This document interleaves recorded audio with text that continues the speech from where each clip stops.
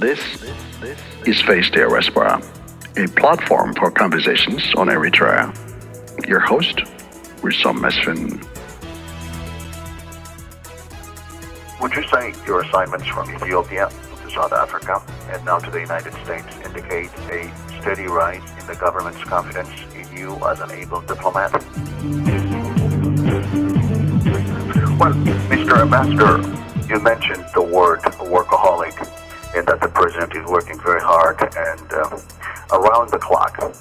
Another person might look at that and say, well, maybe he should be delegating responsibilities. Maybe other people should also share in the decision-making process, that other people should be trusted, and that the president should not be making every decision. What do you say to that kind of statement? The Economist Intelligence Unit, a credible source of international economic forecast, said recently that the detention of the 11 leaders and the closure of the private press was bad for democracy, but it's even worse for the economy, for the Eritrean economy, that is. It said that World Bank and EU humanitarian projects might continue, but funds intended for infrastructure, rebuilding hospitals and schools might dry up. Should the government be concerned about this?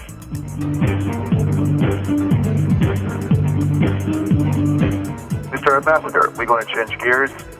There has been an unusual avalanche of pointed and at times harsh pro- and anti-government articles on the internet for the last few months.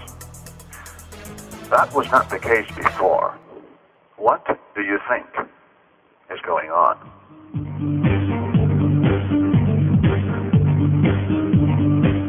Is it possible that there are Eritreans who have legitimate differences with the government, but who are not Wayane-inspired or not suffering from these sub-regional feelings that you said?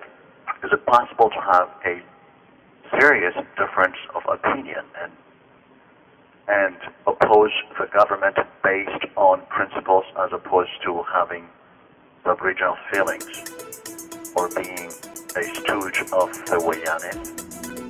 This is Face the Erespora, a platform for conversations on Eritrea. Your host, Ghirma Asmerom.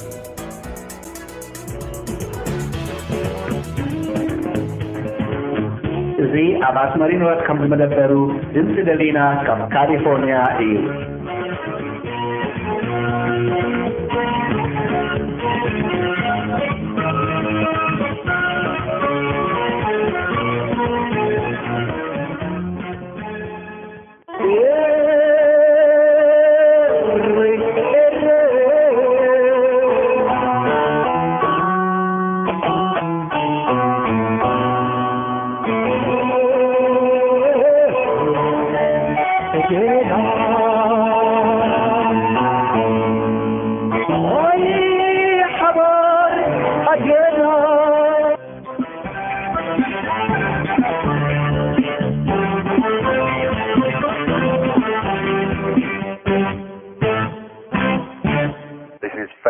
The Erespora program with Ghirma Asmerom. Hello everyone, my guest today is His Excellency Ghirma Asmerom, Eritrean Ambassador to the United States. Ghirma Asmerom, welcome to Face the Erespora. Thank you. How are you? I am fine. It's nice to have you on the program, sir. Thank you. I'm willing to answer any questions you ask, and here I am available. Well, let's get started. Has the current crisis in Washington, the anthrax scare, and the war effort in Afghanistan affected your diplomatic activities in any way?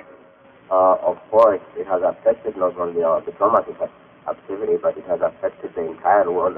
So we are part of the world. So it should and it is affecting, our lives, because we have to be always careful. We have to create the alliance to fight terrorism, wherever it is, in any form, in any shape. So, our activity is definitely affected. So what is then a typical day like in your office these days? Well, what I can say is, normally I get to my office at 8:30. But as you know, United States is a very big country, and I also cover Canada besides the United States. And United States, you have the Congress, you have the Senate, you have the State Department, you have the think tanks, you have the NGOs, and you have the different embassies. There are more than 160, 190 embassies here, and international organizations. So you relate to all these activities, and you set up your programs, and meet people, and also meet different investors, potential investors to Eritrea. So it's a very hectic schedule. It's very difficult to lay it down. I do this at this time, I do this at that time. But generally, there is a lot of activity. Well, in fact, that was my next question. You seem to be all over the place. Specifically, this last few weeks, is this a personal initiative on your part, or you have directives to that effect? I don't know what you mean by saying all over the place. Very difficult for me because, as I said, there is a lot of activity in the United States, and I also cover Canada.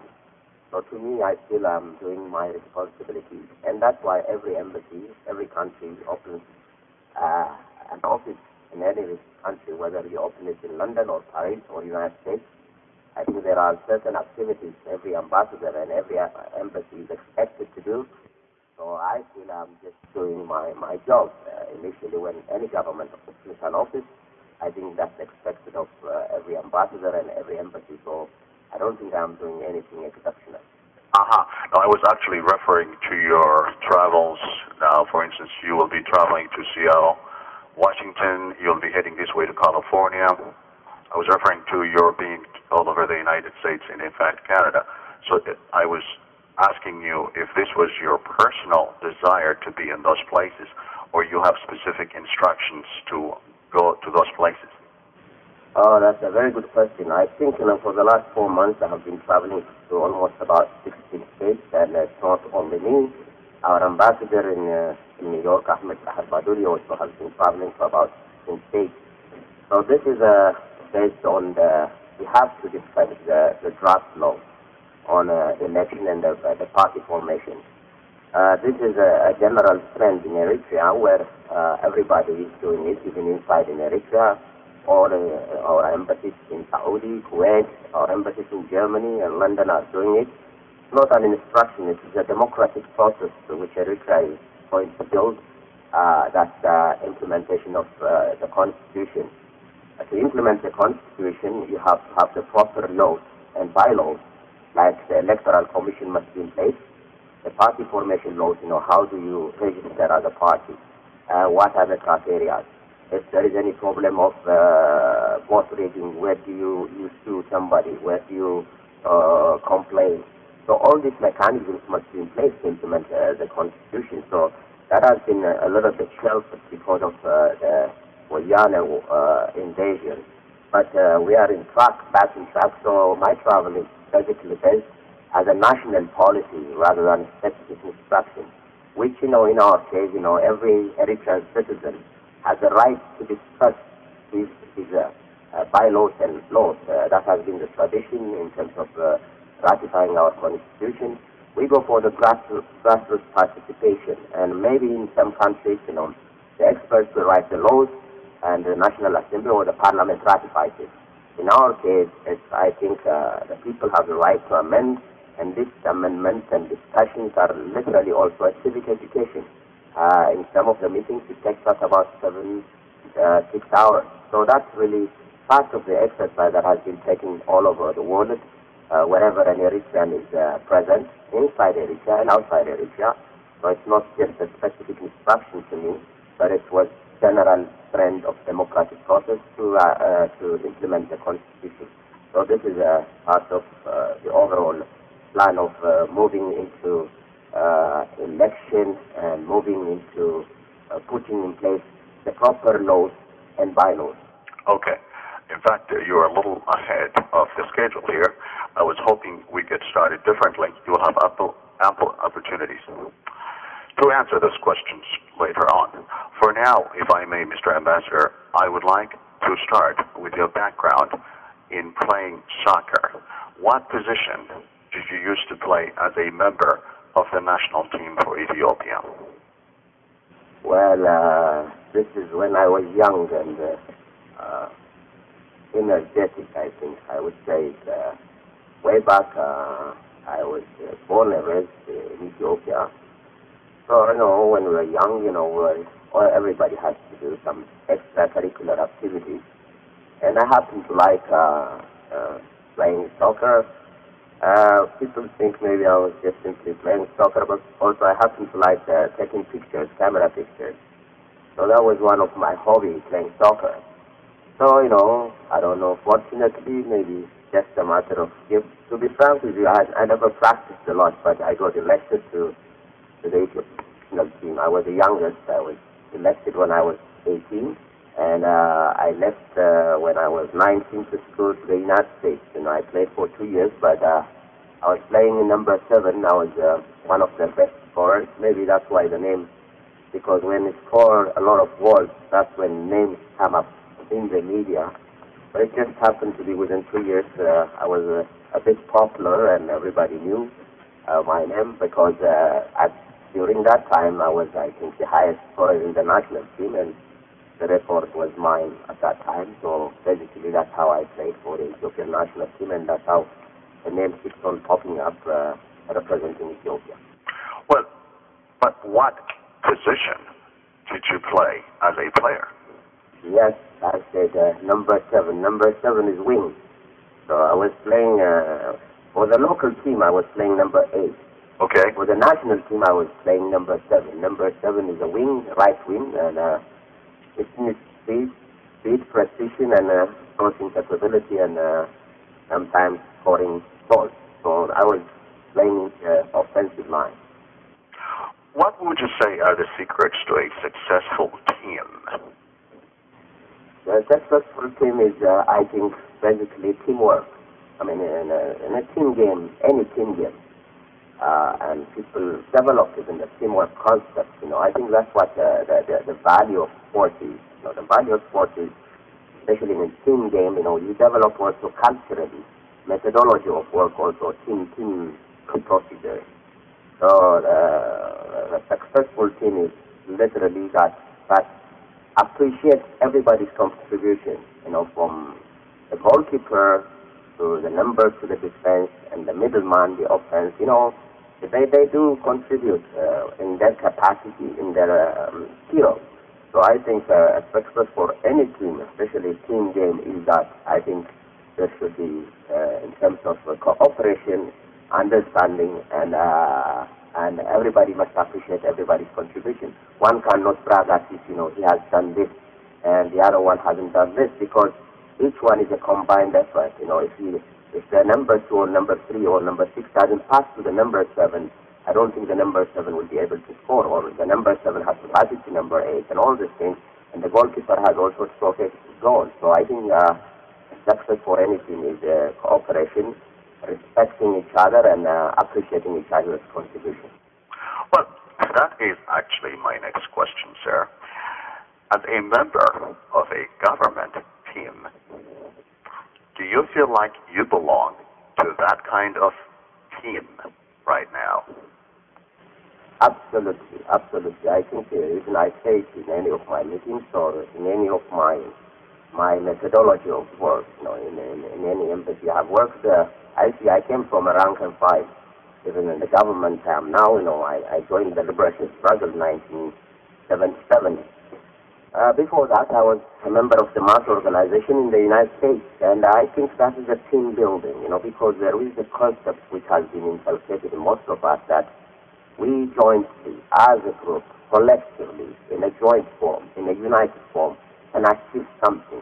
Because we knew we were 3.5 million, and our Ethiopian brothers were 60 million. So when we did challenge this kind of big country, for our life, for our dignity, for our independence, we say, the collective thought, the collective thinking, the joint effort was really the secret of our victory. So that has been developed for a long time literally, not in me only, but in every combatant, in every Eritrean, wherever he might be, whether he is an underground jail, whether he was in diaspora, whether he was in any front, in any front, there was that the collective team concept, and I think that's what has been developed, and I strongly believe also at this stage, not only at this stage, even in the future, I think that's the frame of thinking which has been developed to all of us in our methodology of work, in our methodology of activity, in our methodology of even struggle. So I strongly believe, I think, I am comfortable with a very, very dynamic people who are really into teamwork and team achievement. So my question was on the leadership part of your job. As a leader, do you feel you belong to a team of people who are collectively and unitedly working together for the same objectives? I think that was what I'm trying to answer, because there is no such a thing, your frame of thinking is your process of upbringing, your process of involvement, your process of engagement. So you don't just simply develop it because today you are an ambassador or tomorrow you might be something. You develop it from the rank and file. That's what I'm trying to allude. Okay. By saying that mentality, that frame of thinking develops in whatever rank you are. In the first place, to most of the combatants and Eritrean people, I think the collective leadership concept or the collective thinking concept evolves as we develop. There is no such a thing, so and so is a leader, so and so is a rank and file. It's a general thinking, it's a job description rather than, because the mentality is almost the same. Yes, we do have, it's not considered like, the methodology, the modality of leaders and subservient type of mentality never existed. Yes, you have the structure. Somebody is, it's a task-oriented, more or less. He is assigned to do this, to do that, to do that. He is considered for that particular activity a leader. But the frame of thinking is not like other countries or other societies where he says he's my leader and he just simply succumbs to his orders. But it is more or less a teamwork. That's why I say not only in the rank and file, but in any post you are assigned. Because that's why I said I came from a rank and file and moved into the editorial board of and then I became head of the Amharic service. I became head of Eritrean television. I became ambassador. I was director for Africa. All this process which I went through has always developed in the atmosphere of collectiveness and discussions and contributions by each and everybody. So there is that concept of thinking and frame of thinking which we take into consideration. That's why I say, no matter in what capacity I work, I feel I'm part of the whole collective thinking and the whole collective contribution to the achievement of our objectives. Fair enough. Mr. Ambassador, you were our nation's ambassador to Ethiopia before and during the war. In retrospect, if you had to do it all over again, is there anything you would have done differently? A little bit, yes. A little bit meaning, we are very much into trusting people as say, we really trusted, the TPLF regime. And in that aspect, maybe we might see a little bit, I might see a little bit, that is on my personal thinking. I might be very critical, what we call the critical support. Because we sincerely believe these guys, we thought in a logical sequence. Logically, these people are a minority. The TPLF is a minority in Ethiopia. There are the Oromos, which are almost more than 20 million. The Amharas, which are more than 18 million. So logically speaking, these people, we assumed, because they are not also supported by most of the Amharas and the Oromos, so a minority regime never survives power in a democratic process, because it's going to be one man, one vote. But we thought these people are a little bit visionary and a little bit considerate. We thought they are entirely different from the Haile Selassie regime and the Mengistu regime. We might have a lot of differences, certain differences, but on the basic thing of thinking for the collective regional peace and for the collective regional development, I personally thought, they are in the right track and they are a contributing factor for the whole regional peace and stability. And we thought, logically thinking, they would not have any problem with us in terms of they would not quarrel with the Eritreans, who have been literally supportive of them, because here they have a magnificent, a humongous enemy on the other side, that is the Amharas and the Oromos, because they are a minority regime, and then they wouldn't create another one on the north side, which is us, the Eritreans, which would sandwich them in between. So you don't want to be sandwiched. So logically thinking, we never thought, they would be so mischievous and come into type of re-annexing. We knew, they had some agenda of independence of Tigray, we knew, but we didn't think they would be so stupid to go to war and re-annex some parts of Eritrea for their clause, the clause which they put in the Ethiopian constitution, which says any nationality has a right to self-determination. They put it as a safety valve. We knew it, way back, and we told them that wasn't correct. We knew that they put it as a safety valve. Tomorrow the TPLF loses power in Ethiopia. They will say, I have a right, then they will succeed and create their independence. We knew that. But to realize it, as time goes by, realities will prevail, and their stupidity might not get manifest. So you're asking me, would I be a bit skeptical and change in terms of my methodology of work? Yes, I would have been very skeptical and critical, and I would have been realistic rather than thinking only in a logical sequence. Would you have been much more accommodating and open-minded then about the other sections of Ethiopia, the other members of the Ethiopian community? Let me be very clear on that one too. Ever since, I think a lot of people think, we and the TPLF had a problem just now in 1998. That's not true. We have been very clear on the issue of Ethiopia. And it's not only that we supported the TPLF, literally we supported every single Ethiopian movement. Had a very solid relationship with EPRC. Had a very solid relationship with the OLF. Other Ethiopian organizations, literally every other Ethiopian organization, we have met them, we have discussed. Our vision was very clear when it comes to Ethiopia. Ethiopia, we felt, as Ethiopia, as it is, has to be a democratic, united Ethiopia. Some people try to say, how come, you took Eritrea and then you claim Ethiopian unity. We say, we are very clear on the Eritrean question. The Eritrean question is that it has been under Italian colony for 50 years. And then, like any other African countries, we deserve our rights. We are all creation, every single African state, including Ethiopia. Some people say, Ethiopia has been for 3,000. But the curving of the geographical boundaries, even if when Djibouti was created, when Somalia was created, when Eritrea was created, when all this Kenya was created, that is in reality also curving the geographical map of Ethiopia. So literally what we said was, and what our thinking, and still our thinking is, Ethiopia is a multi-ethnic and multicultural society, like any African. Eritrea is the same. So I think there must be a united, cohesive Ethiopia. In that vision, we supported.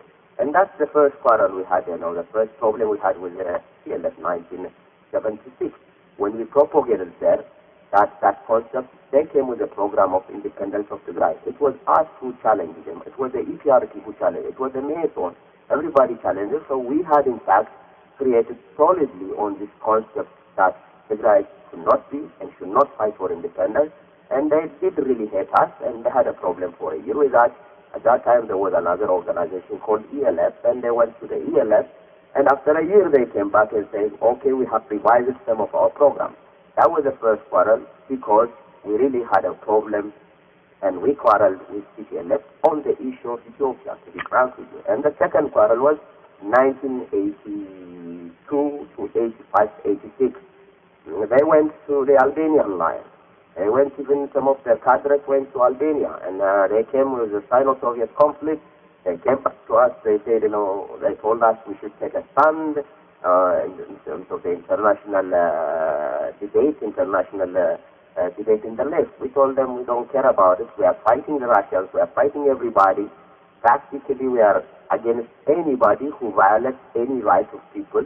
So that is our principle. Then they said, you are bourgeoisie, and they claim to be refined Marxists themselves. When we told them, yes, let us be bourgeoisie, we are bourgeoisie, we are a national liberation movement, and to be bourgeoisie is okay. And Mellet at that time wrote a book, almost 350 pages.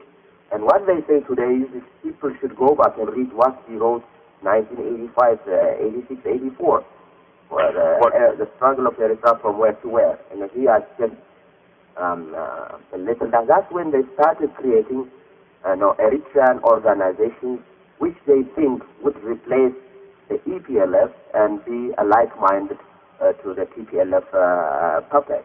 Okay. So basically, our concept of Ethiopian reality will never change, and we always felt Ethiopia, you can choose your neighbors. But you can choose your friends, but you cannot choose your neighbors. That's the concept. So we will definitely work for regional peace and cooperation with all our neighboring countries. Okay. Why don't we come back to Eritrea's performance as a nation? Some say that Eritrea's intelligence gathering after independence had become lackadaisical, that even you, sir, as an ambassador, should have been more alert. How would you respond to those allegations? I think hindsight is 20/20, and when you look at it, as you said, maybe should I have done this, should I have done that, you can say. But in terms of the general trend, I can assure you, literally, every information gathering we had was literally in place. The assessments were, I can say, perfect methodology of assessment. Sometimes that's why predictions and conclusions might be wrong, and that's why I say hindsight is 20/20. As I said, in a logical sequence, logically thinking, as I told you, don't think, a lot of people don't really know that. Yes, we knew that there was a problem whenever our trucks come to Metale. When they pass, in Ethiopia, like, for example, there is a commodity, trucks carrying certain commodity from Shewa. They pass through Wollo, they pass through Tigray before they reach Eritrea. They don't have that much of a problem in Shewa, they don't have that much of a problem in Wollo. When they reach in Tigray, we know that they had, we used to intervene day and after day, in terms of asking them extra tax, telling them even to load and load. We knew that, but we always felt, this information, don't you ever think that we never had this information. Don't you ever think that there were problems, that we didn't realize and we didn't see. But we literally told, and whole information in terms of the reality, it has been there. It was being studied. And the assessment was done in a logical sequence. That's why I say, and I always say, the TPLF, I think, performed in, it didn't perform all its activity logically. In the logical sequence, that's why I have said in so many of my interviews, they have defied every logic.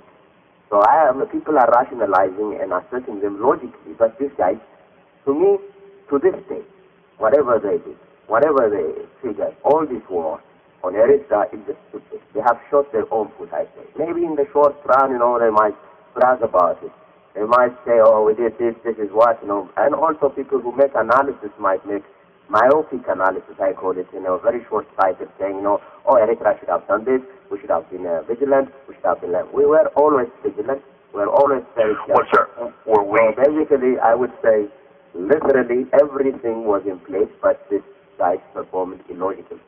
Would you say we were vigilant enough to, for instance, do something about the fact that they were getting ready to deport as many as 70,000 Eritreans? Definitely. You know what happened was there was a discussion for the last, before the deportation happened, for almost ever since Eritrea got its independence, there was a discussion. This is a document to the fact, in every meeting we had, because we had a bilateral commission. And in every issue there was being raised in terms of, the identification, in terms of the assessment of who is Eritrean, who is Ethiopian. And, it's on a record fact. You see, what people miss is citizenship is a legal matter. Being born to a certain country or a certain ethnic group or to a certain tribe or to a certain nation is God-given. So given this fact, in all our meetings we are discussing, and it's all for the public document, even the individuals themselves, most of them were Eritrean origin but Ethiopian. They were voting in the Ethiopian system. They were sending their kids to school in the Ethiopian system. By the law of Ethiopia, literally one can say about 90% of them were still Ethiopian. So when we were discussing this aspect was that no nation deports its citizens. As I said, citizenship is a legal question. So we never doubted, we never questioned, but there were discussions whether there should be dual citizenship or not, whether they should refine, because eventually it's not even by decree you make such a thing. Eventually it becomes the choice of the individual, the choice of the person. The laws will be in place, and then it's up to the person to get whichever citizenship. And this is a standard procedure all over the world. In America, it's the individual who goes and fulfills all the criteria and becomes an American. Britain, the same. In France, the same. In Kenya, the same. So what I'm trying to say is that these people literally deported their own citizens, their own in violation. And there is no law this guy, himself, the Prime Minister, said, it is up to me if I don't like the color of your eyes, if I don't know whether you are Japanese or anything, I am the one who declared it. Even he never said the law. I am the one who declared it. So what happened in Ethiopia should never be assessed in terms of the crimes that has been committed against humanity, should never be assessed in terms of somebody should have predicted it, somebody should have seen it from a legal point of view. It was all done illegally, and it's a violation of human rights, and those countries who have done such a thing in terms of ethnic cleansing are haunting them. The Americans are now thinking of, they have paid already for the Japanese, and a lot of countries, even the Swiss, are now paying a lot for the Jews. So, and the Germans, everybody will be haunted by this kind of activity. So, what the TPLF regime did to a lot of Eritreans with Ethiopians with Eritrean origin is a crime against humanity, which should never happen. It's not a matter of countries signing, not signing, or predicting, not predicting. It's a reality that happened. Just it was inhumane. It's really illogical and irrational. I don't know how they even perceive such a concept. I could only say it's illogical, not only it's a crime, it's greed, it's really selfish and very myopic. And I think it's going to haunt them forever and ever. Okay. Would you say your assignments from Ethiopia to South Africa and now to the United States indicate a steady rise in the government's confidence in you as an able diplomat? I think this is what you should ask the government, but for me, I can assure you I will do in any capacity, in any form, in any shape, and I will serve my people and my country anywhere. This is how I perceive myself, and this is why I say, even initially in terms of the collective thinking and the collective frame of assessment, in most of us, to us, it's a task-oriented. We're not a bit status-oriented. I'm being sincere with you, because I think it's the most frame of thinking. We all vote for this nation. That's why I would say in any forum, in Eritrea, one cannot brag. It's a little bit unique. When we say we are unique, it's not in an arrogant way. We're talking sometimes, to portray it as if we're saying it, we're unique, we're special. No, that's not true.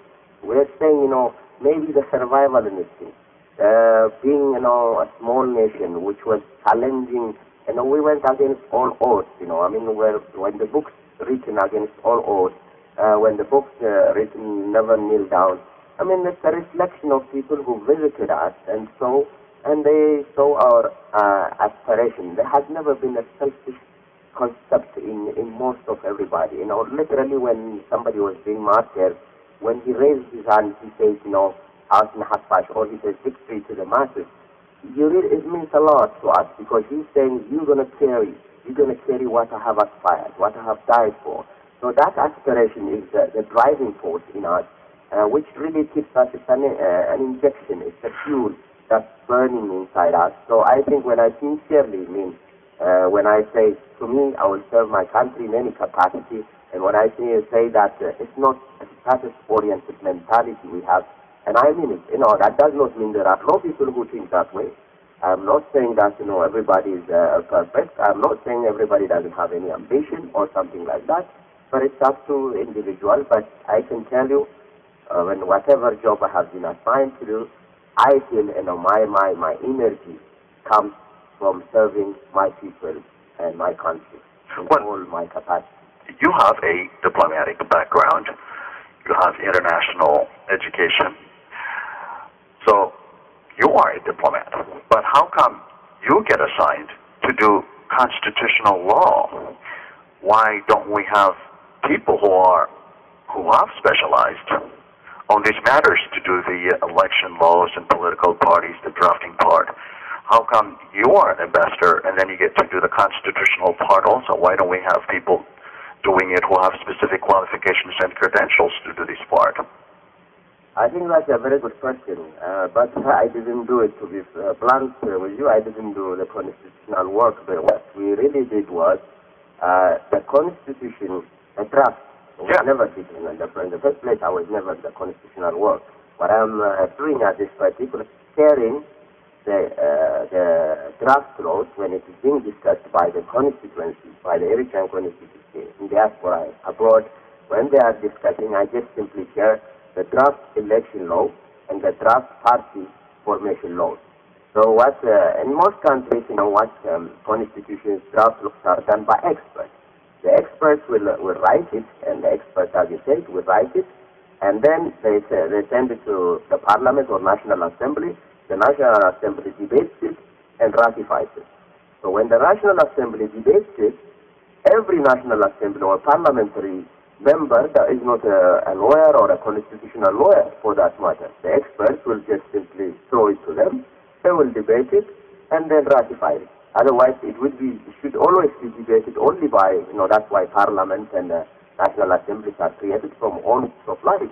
And then they become the legislative body, and that's how they implement it. But in our case, to come back to your question, what we really doing is that it is the draft law for election and the draft law for party formation is, we have to be very sincere. There was a committee of 6 members, but they are not the ones who wrote it. They are just overlooking the exercise being taken by the experts. Now this document was, with no comma, no nothing changed, has to be discussed. This is a procedure in different countries. There are different procedures. In Eritrean case, every draft has to be discussed by the grassroots participation. So it has to be discussed wherever Eritreans are, in Saudi, in Kuwait, in Eritrea, in America, all over. So there must be somebody chairing this exercise. So chairing the exercise doesn't have to be done by constitutional expert or law experts, because it is his chairing. Is he democratically handling the process? Are people amending it? Are people writing? Are their amendments recorded properly?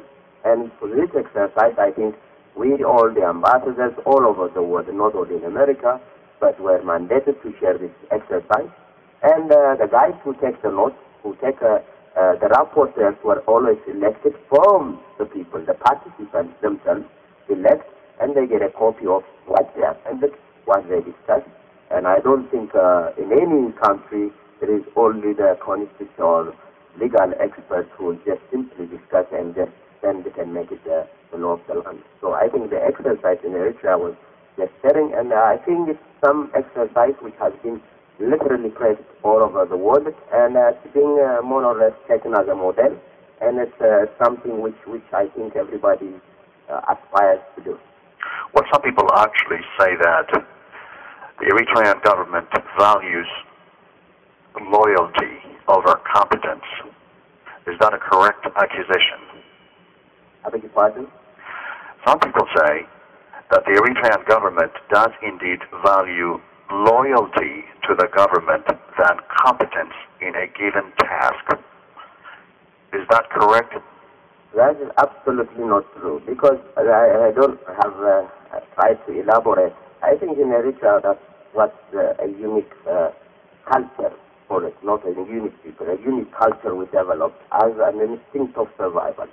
We developed that everybody's contribution is valuable because it's a collective process. Like, for example, some people brag about, so-and-so is a commander of a front.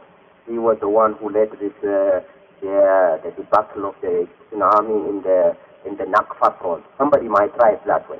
But what he's missing is from the driver who brings in the ammunition, from the guy who cooks the bread behind the enemy line, from the guy who carries even the wounded, from the guy or the girl who does the medical service, from the girl who carries the Kalashnikov. It's a combined. If each one of them don't do their job properly, that commander would never achieve what he has achieved. So it's like a chain effect. You unhook one chain in between, I tell you, nothing is going to be pulled. So I think what conceptually we developed is that everybody's contribution is extremely and highly appreciated, not only appreciated, hammered into every mind that everybody's contribution is exactly equal. To us, equal contribution was defined in terms of doing properly my assignment. So with this frame of thinking, this concept of loyalty, not loyalty, because most of us were literally volunteers. In Eritrean struggle, everybody did it, no matter wherever he lives, whether he lives in the United States, whether he lives in Kuwait, whether he lives in Khartoum, whether he lives in Eritrea. It was a volunteer process, allegiance to the nation, to the vision. So I think that's where, in fact, we developed our concept of culture and loyalty. So this concept of loyalty to so-and-so, I don't know how it's developed, how it gets, I don't know what they are trying to hit, but I think these people are really abusing and distorting facts. Okay. And that's not the reality in Eritrea. Moving on, Mr. Ambassador, is the national election still on in December, that is, for December? I should answer this question in a very, legal way, to be frank with you. Okay. And a legal way meaning it's not up to any individual to say the election is postponed, the election is going to be postponed, the election. It is the mandate of the National Assembly. It's very clearly spelled out. The National Assembly has the right to postpone it, to carry it. So it will be difficult. I'm 100% sure that when the National Assembly meets, and it's going to meet, I have no question and qualm on it. One of the agenda items which was discussed is whether to carry this exercise, within what time frame, how to carry it. But I can assure you, if it is just going to be a technical issue, meaning, as I said before, for the Constitution to be implemented, you need what people call the legal instruments of Constitution implementation. That is, you have to have the civil law, you have to have the criminal law, you have to have the election law, you have to have the party law. Tomorrow, if I register, because implementing the Constitution means, because the Constitution clearly says, every Eritrean citizen has the right to establish a party or an organization. It's very clearly spelled. It's ratified. Nobody can change it. So tomorrow I get up and say, okay, based on my Constitution, I want to establish a party. There must be how the procedure, how many signatories must be there, how many people I should register, where do I register, all these things must be in place. So I think we are in the right track, and that's what we are literally doing. And this is where the exercise has been going in the United States, all over in Europe, all over in the Middle East, inside Eritrea, and we are putting those instruments of constitution implementation in place, and then there should be the independent electoral commission must be in place. That should be in place. You have to go physically, they must have their offices, that is independent, nobody will intervene in that exercise.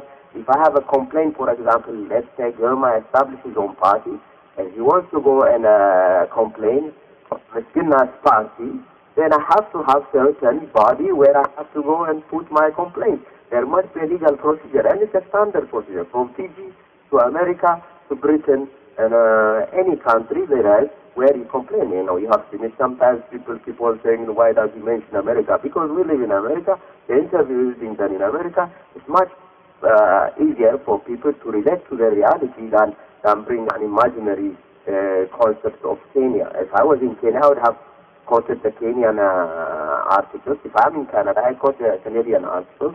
So in the United States, when they had a problem, if you remember, on the Florida election, what did they do? They went through the legal procedures. Why don't we? So what I'm trying to say is, would it take place or not place is up to the National Assembly to determine it. But as a human being, as a person who can make assessments of realities, I say Eritrea is on the right track, it's putting the proper instruments. But why don't we, Mr. Ambassador, answer the question? So the election for December is still on. I'm assuming you're saying it's still on. It's a yes, is it? Or is it not? What I'm saying is, this is a declaration that is put by the National Assembly. You're not answering the question, sir. Has declared it, and the National Assembly is the one who would say, I'm going to do it in December, I'm going to do it in before Wait a December, minute. I'm going to do it after December. Sir. This is why I'm saying this is not my mandate. You're not answering the question. You are not answering the question, sir. Is the election going to be held in December as scheduled, or it is not? Why don't you just say yes or no? Okay, you can say you're not satisfied with my answer. I am absolutely not satisfied, sir. Yes, but I'm definitely answering the question saying that it is not my mandate. Okay. So you're not answering the question then, but that's fine. Let's move on. Let's move on. Let's move on, sir. No, Can you explain how it's possible to conduct a national election but not to convene a meeting of the National Assembly? Can we do one but not the other? I beg your pardon? Okay. Is it possible to have a national election but not be able to have a meeting of the National Assembly? No, it's not possible. You must have first the National Assembly meeting and then the election. That's the standard procedure, and that's going to happen. But the question was actually that if we are able to conduct an election, why couldn't we have had a meeting of the National Assembly as well? Because there were concerns that the borders were not demarcated, that there were security considerations, and that we could not have a meeting of the National Assembly. But it's my understanding that we might have a national election. So, how come?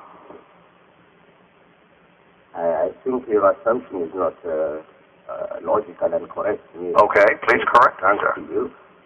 What I'm saying is, you can't say, don't relate in the first place that the National Assembly was not carried when some people requested it. This is another issue. Maybe I should answer it afterwards if you want. But in terms of the national, I can assure you again and again, I can reaffirm it to you. Before any election, the National Assembly is going to meet.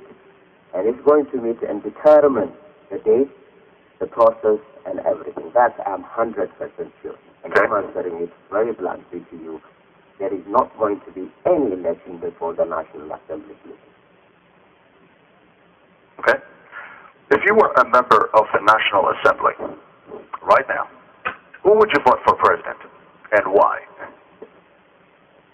I think you're bringing the cart before the horse, or you're scaring, as they say, you're jumping the gun. So that's fine. I can assure you, but this is you call what you call here in America exit vote.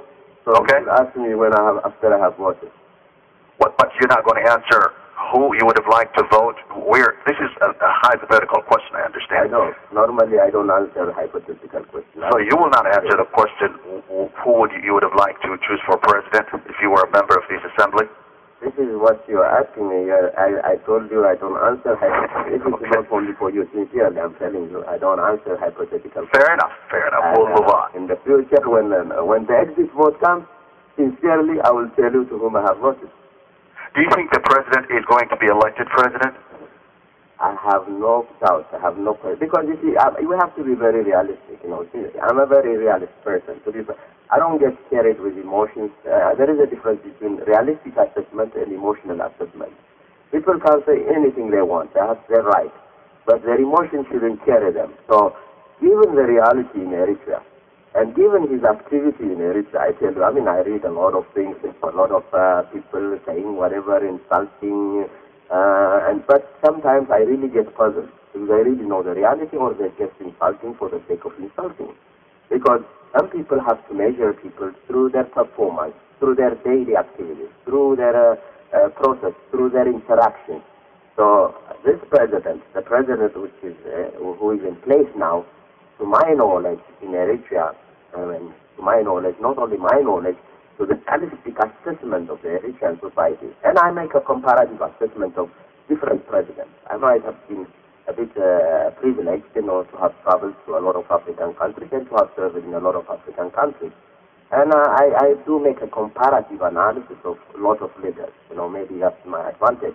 When I look at that comparative analysis of a lot of leaders, I strongly feel the people of Eritrea is the luckiest people I could say. Because, I see this president living in a simple way that you can imagine.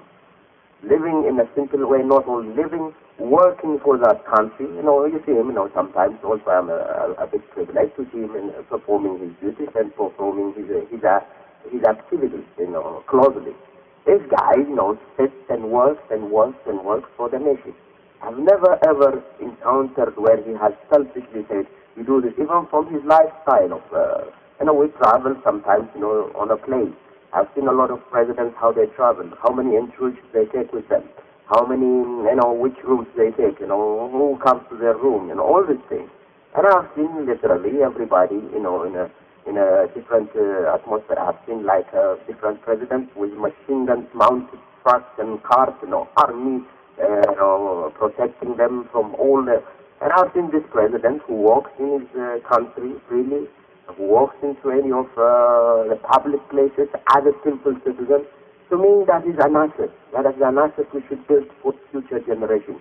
And they can fortify themselves into nice castles. This guy, to be frank with you, he is earning his leadership not because of certain mischief or intrigues, as I see in Africa, but through his hard work and labor. And I'm 100% sure there is no... Because that's the reality. That's the reality because he is, in most places, performing his duty in accordance to the law of the land, as well as in accordance to the simplistic methodology of collectively thinking for the future of the nation rather than for his selfish.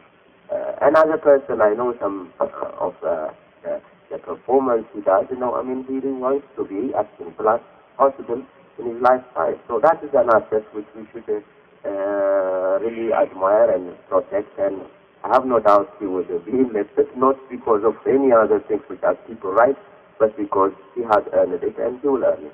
I think there is no question in my mind, sir, that you would have voted for him if you were a member of the National Assembly. You just answered that question. We need to move on.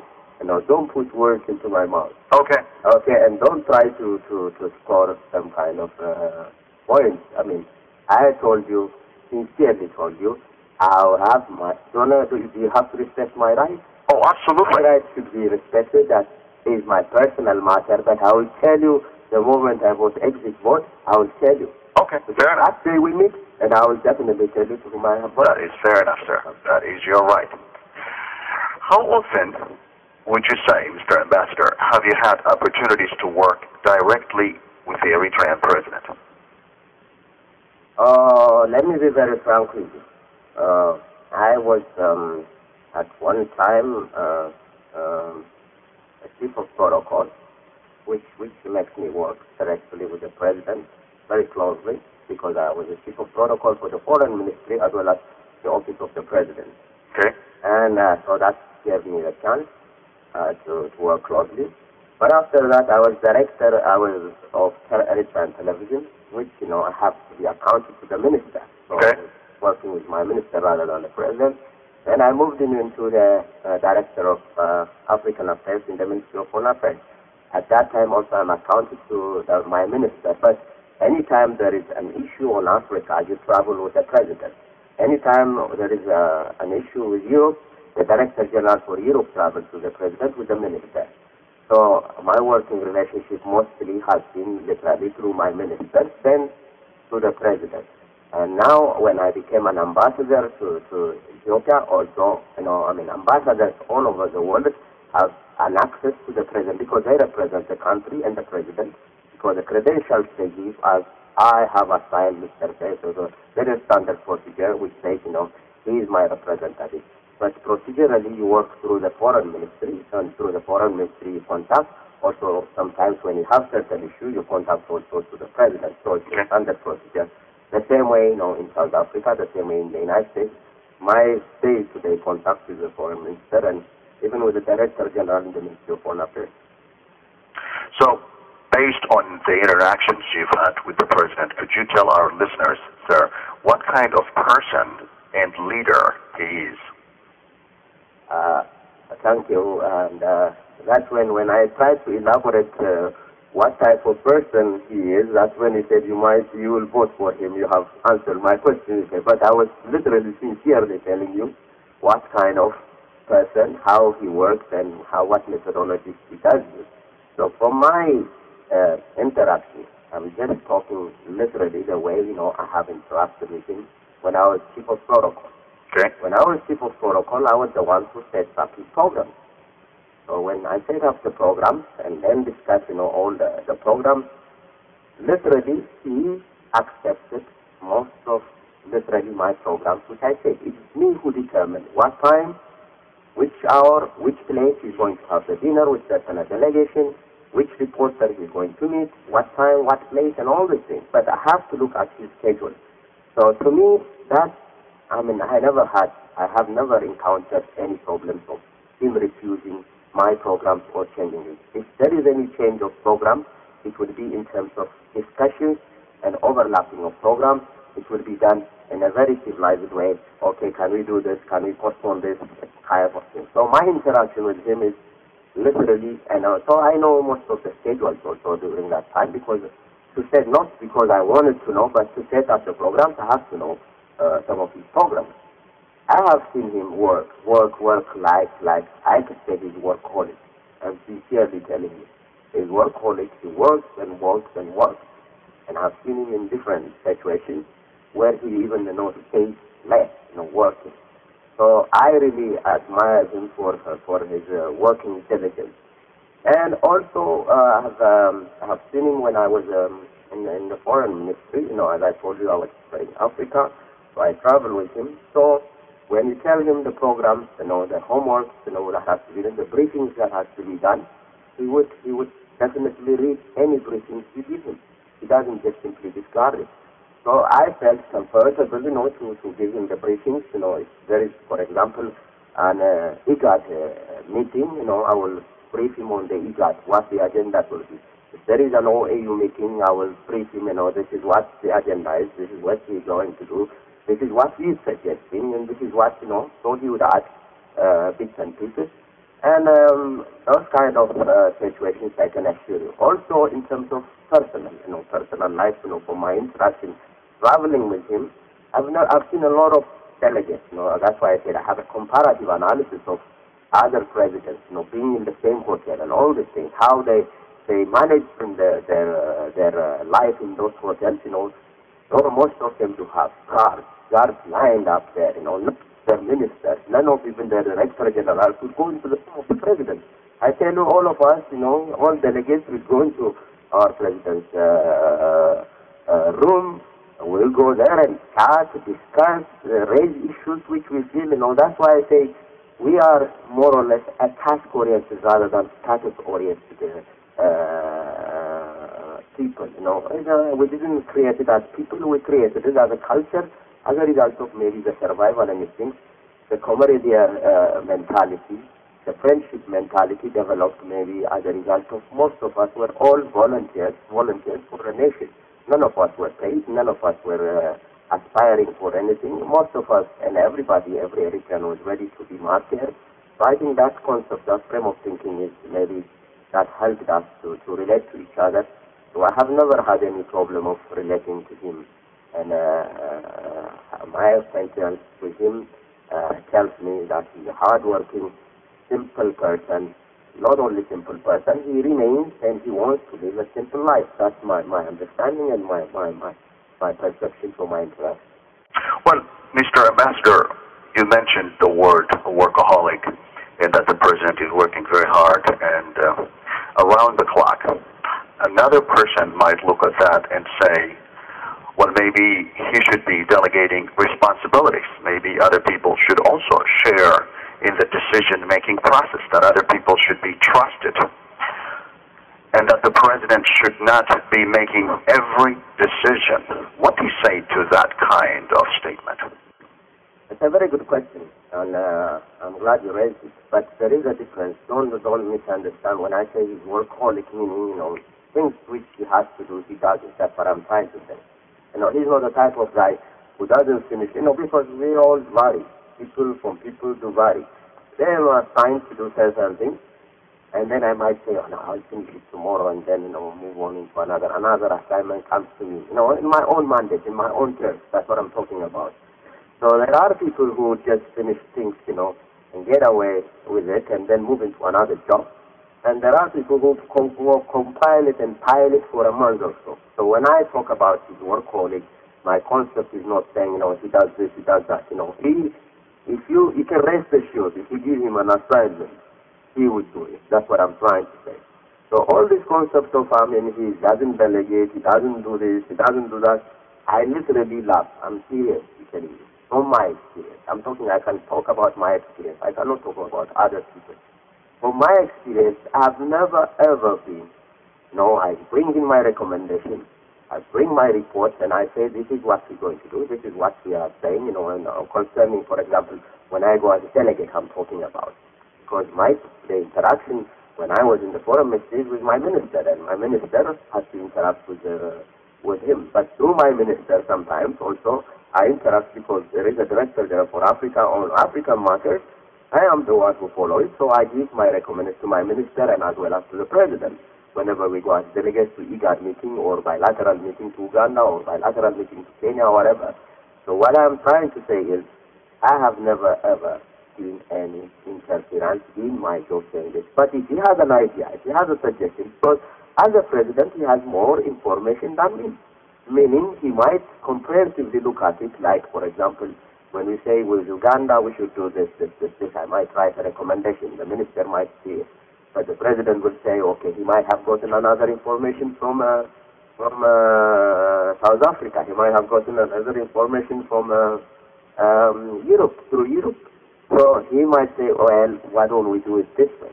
That kind of interaction I have seen. So all this talk of he doesn't delegate, he doesn't mandate, he intervenes, and all these things to me is a bit awkward. And when I look at the issues of people's concepts of intervention, especially in the defense and in the foreign affairs, in the security, national security, I literally say, are this guy serious? Are this guy seriously raising these issues?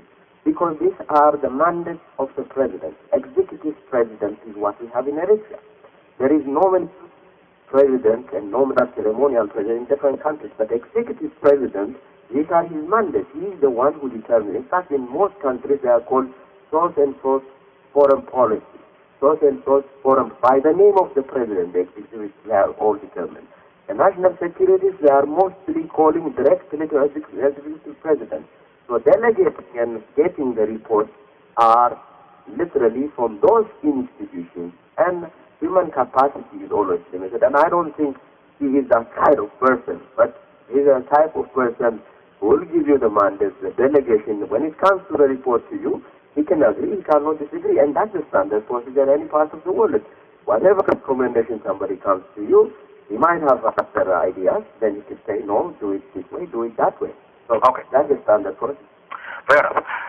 In his book, Don Canal, Against All Odds is the name of the book, the American reporter, Don Canal, that is, and longtime friend of Eritrea, quotes the president, the Eritrean president, as saying, these are the president's own words now, when I am challenged, I become more stubborn, more and more rigid. Now, do you think these traits are good for a leader who has to work with colleagues, with diplomats, with members in his government, etc.? Are these positive traits in a leader? It depends under what circumstances. Sometimes you need a strong, determined leader. Sometimes you need a shaky leader.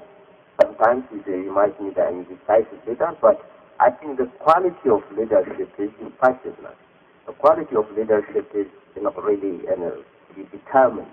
In most, I've read a lot of books on leadership just to assess. Even when you look at even now, sometimes when we look at even today to combat terrorism, the way President Bush handles everybody, and every day they read,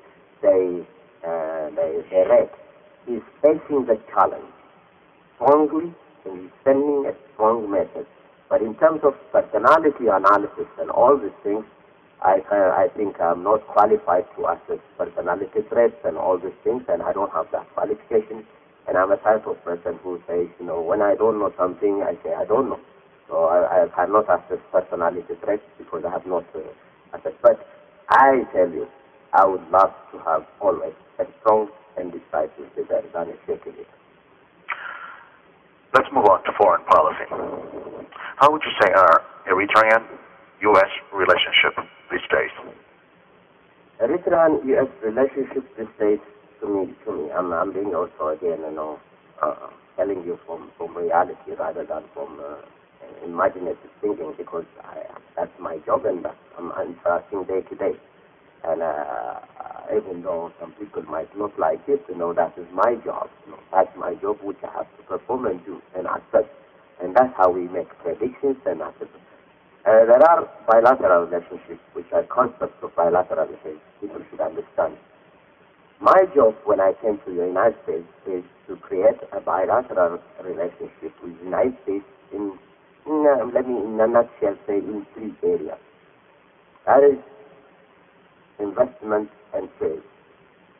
The other one is in terms of capacity building. The third one is joint security concerns. Security alliance, we call them in diplomatic terms. So in terms of bilateral economic trade and investment, we are working hardly to get the preferential treatment from the United States through the AGOA, African Growth Opportunity Act, they call it. And the United States has given to limited countries, about 30-something in Africa, and Eritrea is one of them. So we have a very good relationship with the United States. In terms of investment, we have finished literally most of our preliminary studies, investment policies, investment dividends, and all these things. And that is, we have to say, this is the multinational corporations nowadays are not just simply moving into some country because they like you or because they admire you. They go and move in because they want to make profit. And that has to be realized. They have to make profit. We should realizing this fact, we have set down our policy. The policy, the investment policy, you have to make it as attractive as possible, competitive as possible.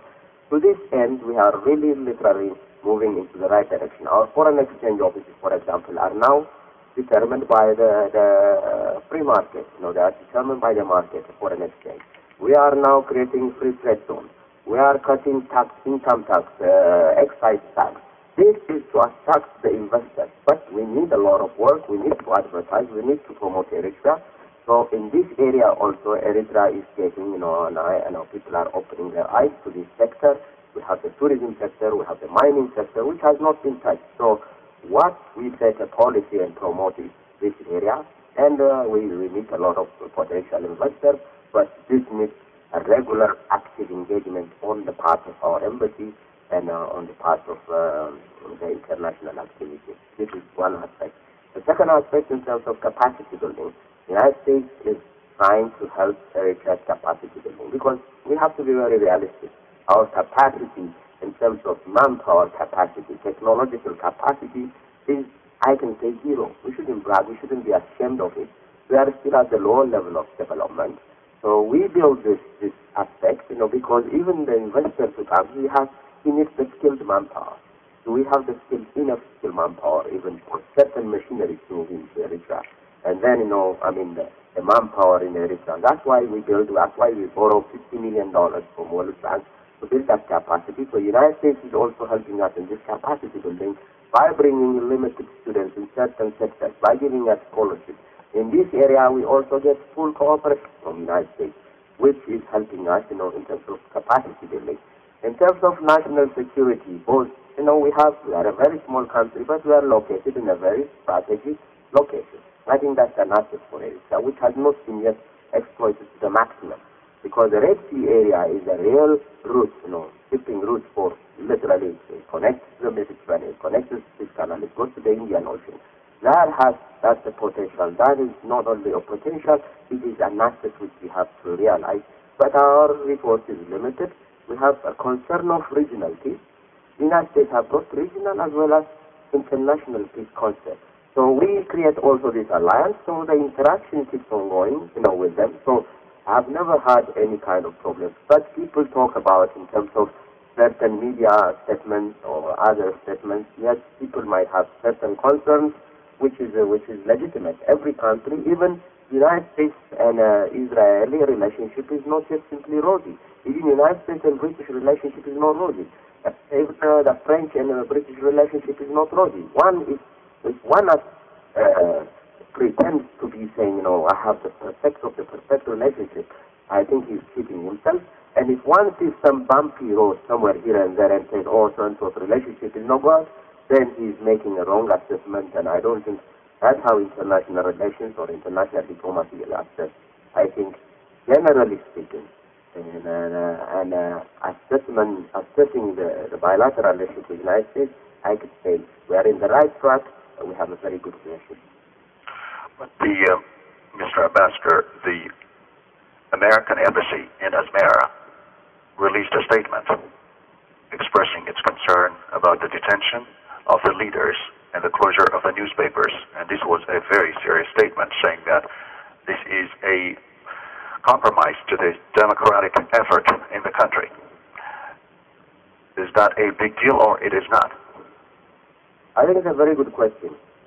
It depends how people want to read it. And generally, this kind of statements in any country you make, these are what we call general statements. Because what we call, there are political indicators. They read, some State Department guy might read a perception. So he can perceive. There is a difference between conclusion and perception.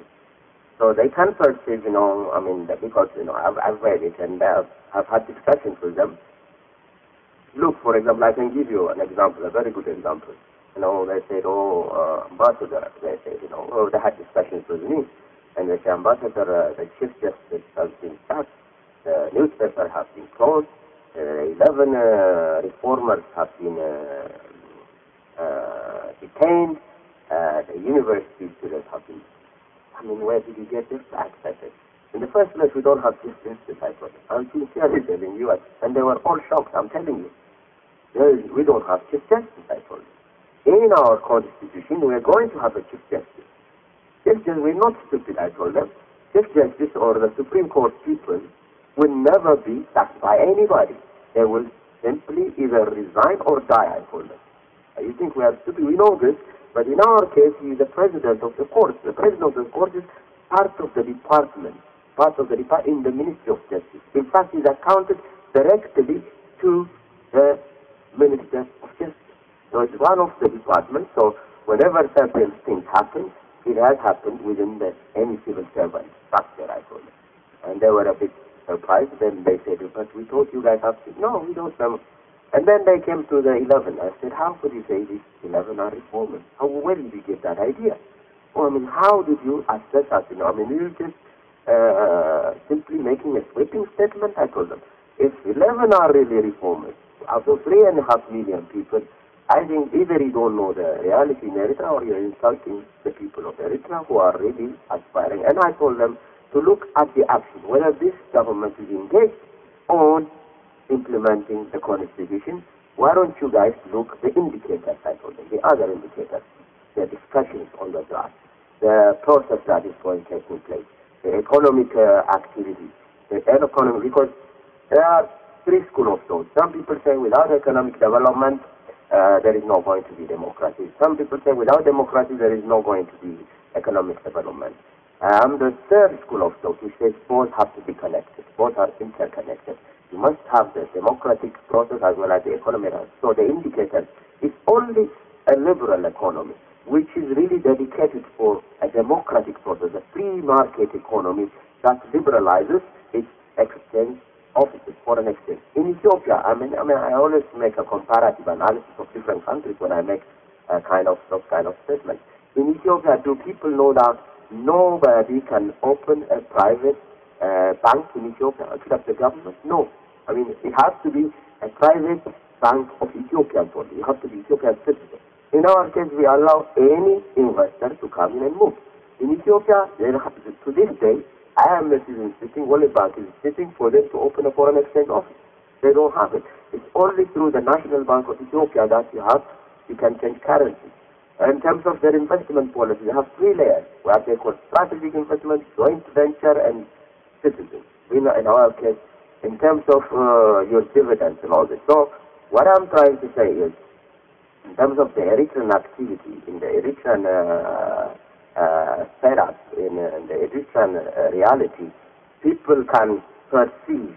Perception is not the final conclusion. That's why I say the wording say we are concerned. They can say that, and it's a standard procedure in any part of diplomatic activity. And so long as you are engaged, so long as they come to the reality and assess the reality, I think that's the most important thing. Mr. Ambassador, when the Italian ambassador to Eritrea was expelled, the government said that it was personal. But apparently, the 15 members of the EU decided to recall the ambassadors. They decided to believe him. What do you make out of that, sir? That's another very good question, and I don't know where all these people know. Some people just simply write statements. I don't know where they got 15 ambassadors. We don't even have 15 ambassadors, European ambassadors in Eritrea. Okay. What we have is German, Netherlands, the Danish, the French, I think, and the Italian. I think these are... So they understand, I don't know. Were those people recalled, sir? Those ambassadors, were they recalled? There were, see, what you call in diplomatic activity, there are, I think first and foremost, people should understand how is the EU performing nowadays.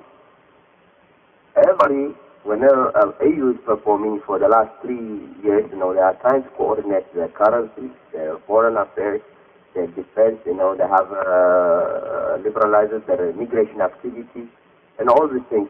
So they jointly, even if you go to any of these embassies, there is a flag of that particular country and a flag of the EU. So for them to recall, no matter what, when an ambassador is, declared persona non grata, is a sign of solidarity and conceptually a correct one to do. They would do it in any country because they are all members of the EU. That's showing solidarity. So people shouldn't isolate it in terms of as if they are bringing it in Eritrea. They will do it in any part of the world. If you touch one of the EU ambassadors, they will do it. So, first of all, that's a standard procedure. Okay. Call for. And the second point is, they tried to portray it as if he was declared persona non grata because he presented the démarche on behalf of the EU. That's not true.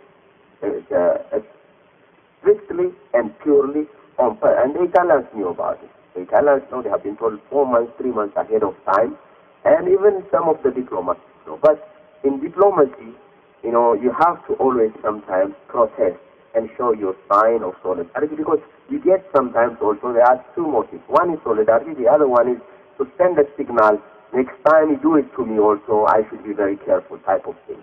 So literally it's a standard diplomatic practice. And what they were, recalling your ambassador for consultation is one sign of protest, and I have to admit that to you. But the protest does not have that much of a significant impact on the Baira, because the officers perform their duties.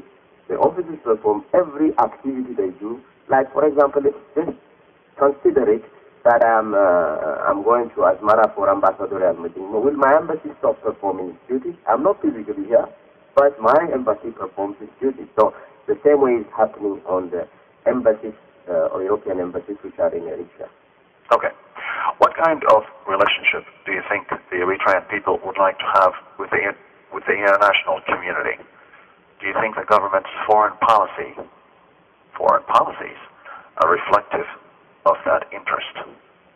That's a very good question again. I think how our foreign policy is set in the first place, I think before I answer that question, must be I think a proper mechanism that everybody must understand. I have never seen in this world where a government or a State Department throws its idea to the people and then formulates policies. That's why you have institutions. That's why you have government. Government literally represents the interest of the country. So whenever the foreign policy is formulated in Eritrea, we strongly believe it is formulated in the interest of Eritrea, in the interest of the gray area of bilateral. There must be a gray area for, there is not a one-way street. It's not a matter of saying this is what I want and this is what you should do. No, it can't. Nobody can. That's why it's called diplomacy. You all both come to a gray area. You have both a mutual interest. Whichever country, whichever country you establish a relationship, you have to come to the gray area. That means you advance the interest of your country and your people. The other party also advances the interest of the country and people. That's why you have to reach to meet in the gray area. So whenever Eritrea relates to any of the countries, be it the Europeans, be it Americans, be it Kenyans, be it South Africans, in any, we formulate, we think when we open the office, we think we have something to gain from that relationship. So it is formulated not at a whim or at a desire of individuals or a satisfaction of individuals, but it's always done in any country for the interest of the country and the people, and it's literally being done in that aspect. And I have no question and doubt, whatever actions, whatever policies we formulate in the foreign ministry, nobody should question the motive.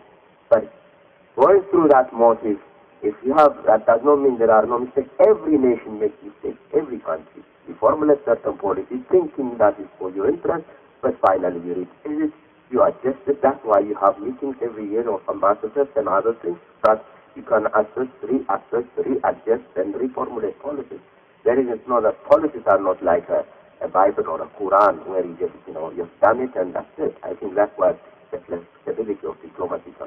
Mr. Ambassador, which nation or nations would you say has Eritrea established and nurtured a good relationship with? I think this is a very good question. In diplomacy, you have to clap with two hands. It's not one hand. I can sincerely tell you, with all the countries which we have established, because I think I have served in the foreign affairs for almost, I can say, 8 years, 9 years, and I'm telling you from the inside and from the practical point of view how we formulate. We literally try to establish, nurture the best of the best with literally all of the countries around Eritrea as well as outside Eritrea. But that does not mean, your wish, your aspiration is dictated only by you. It is also dictated by the other party who has to nurture it. That's why I say, you have to meet in the gray area. There is no such a thing what one aspires to do will be achieved because he has aspired to do it. Because the other party, there are two parties in this kind of relationship. So you cannot clap. That's why I keep on saying you cannot clap with one hand. You have to have two hands. So Eritrea, in all its dimensions, it's a new nation. one, I think we have to also be a bit realistic. I mean, not only a new nation, we are still building, in a building process of establishing all kind of economic infrastructure. Sometimes the constraints, I tell you sincerely, are you can have a very good wish, a very good agenda, a very good program, but you don't have the fertile ground to implement them because they don't exist. Let's say, here let's say I want to cultivate a very good investment relationship with a lot of 3-4 investors, major investors. I go there. And then they go and see, maybe, he might not be satisfied in terms of the infrastructure. He might not be satisfied in terms of the hospital. He might not be satisfied in the communication. Then he will say, hey, Ghirma, after 10 years I might come back, because you don't have this, because he has another choice maybe in Kenya. So what I'm trying to say is, there is no policy question. There has never been policy question to relate to any of the countries we want to relate, but it is not only determined by us, but we have, I can tell you, we have a very good relationship with the Italians. Even people talk about now the personal and grad of the Italian ambassador. As individual case, we still have, to this even day, we still have a very good project and very good bilateral relationship with the Italians, with the Netherlands, with the Dutch. Sometimes, bilateral relationships are determined by the programs and agendas of the different countries. They vary from country to country. Like, for example, sometimes you don't know that some EU funds does reach you after 4 years of its approval. I'm telling you, a lot of people don't know. Some countries, like the Danish, for example, they would support certain projects and monitor that project rather than, coming back and forth and saying, we want to do this. There are a concept called conditionality.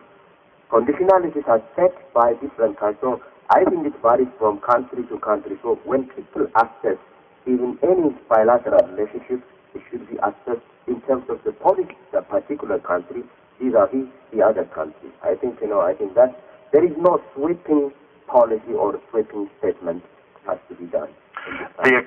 The Economist Intelligence Unit, a credible source of international economic forecast, said recently that the detention of the 11 leaders and the closure of the private press was bad for democracy, but it's even worse for the economy, for the Eritrean economy, that is. It said that World Bank and EU humanitarian projects might continue, but funds intended for infrastructure, rebuilding hospitals and schools might dry up. Should the government be concerned about this? I think you raised a very good question also again, and what I should relate to you is, it's a perception. If this guy, in the first place, the premise he came with, saying that the closing of private, the detention of 11. Now we've heard it so many times. There is a saying in our language, if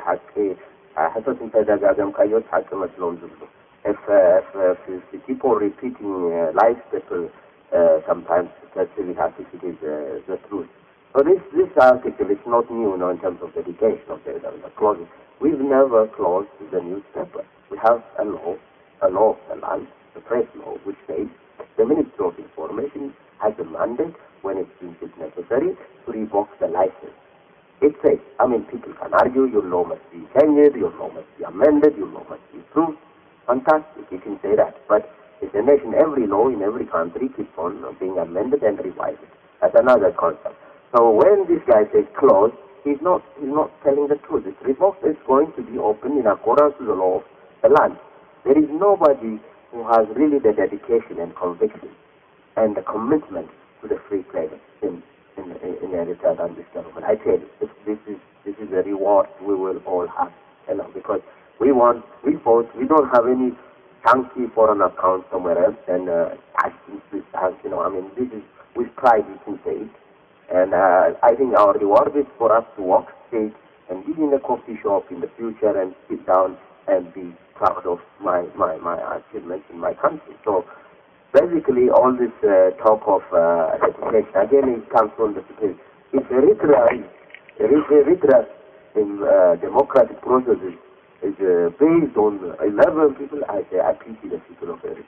I mean it, because he is having the wrong premise, saying, derailing the democracy. So he talks about also economy. He's saying the World Bank, the infrastructure. I mean, this is a sweeping statement which I have been talking about.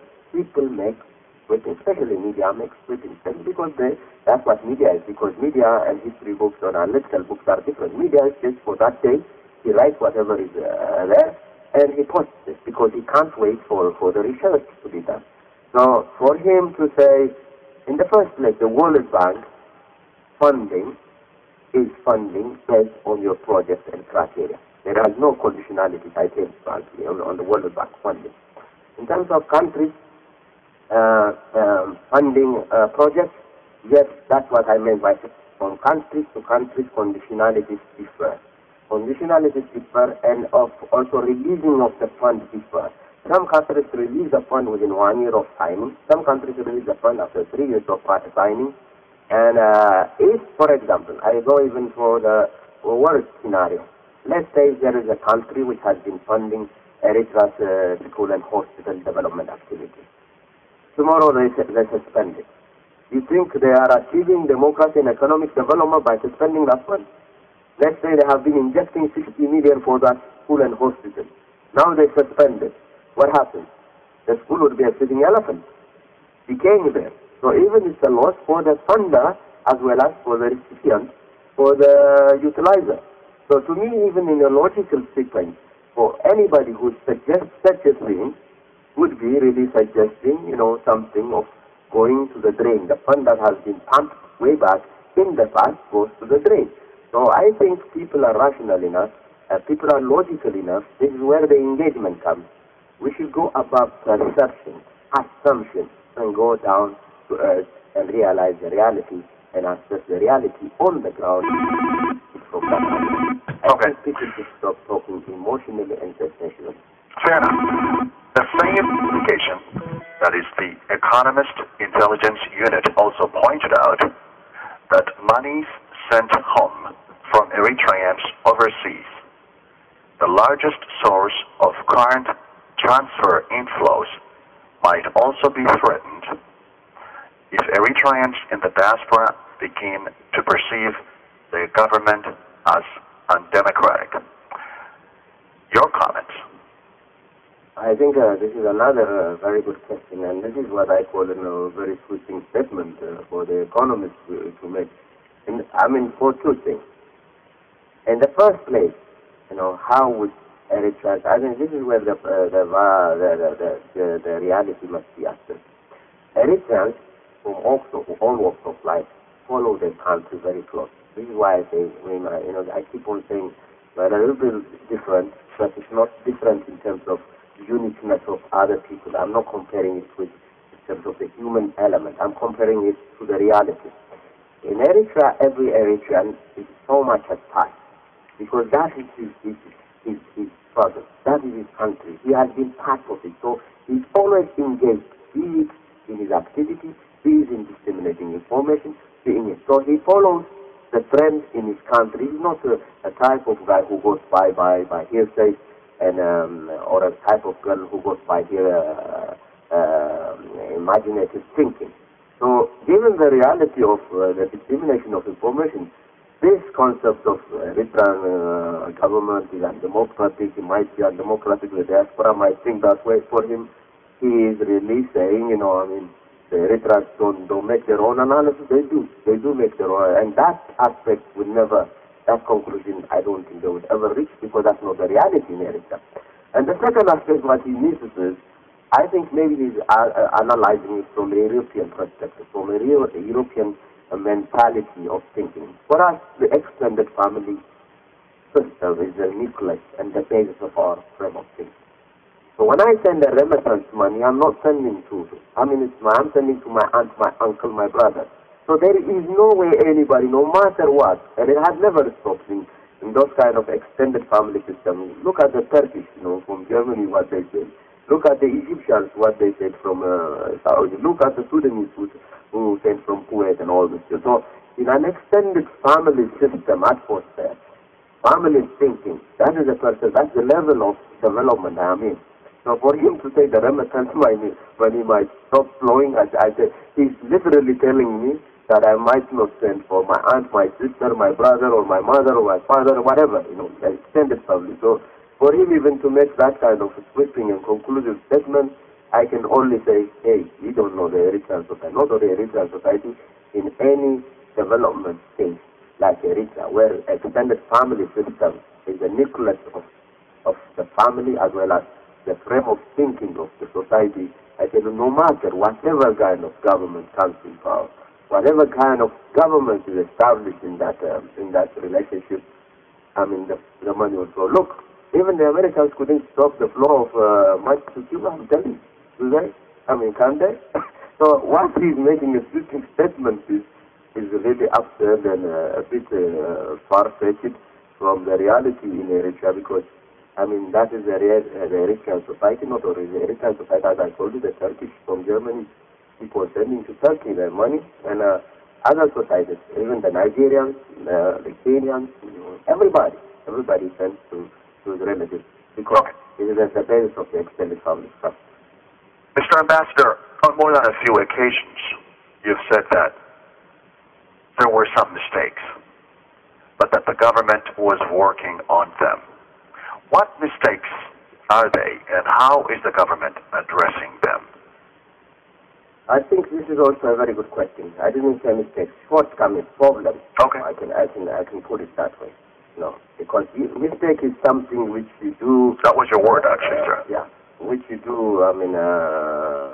And then knowing. But there are a lot of shortcomings of the government. Plenty. As I said, we are a new nation. We came from zero. Literally, we never had any of the institutions which one can say, a proper government with performance. But from day one, we launched it to establish these institutions. Sometimes coming late is blessing in disguise.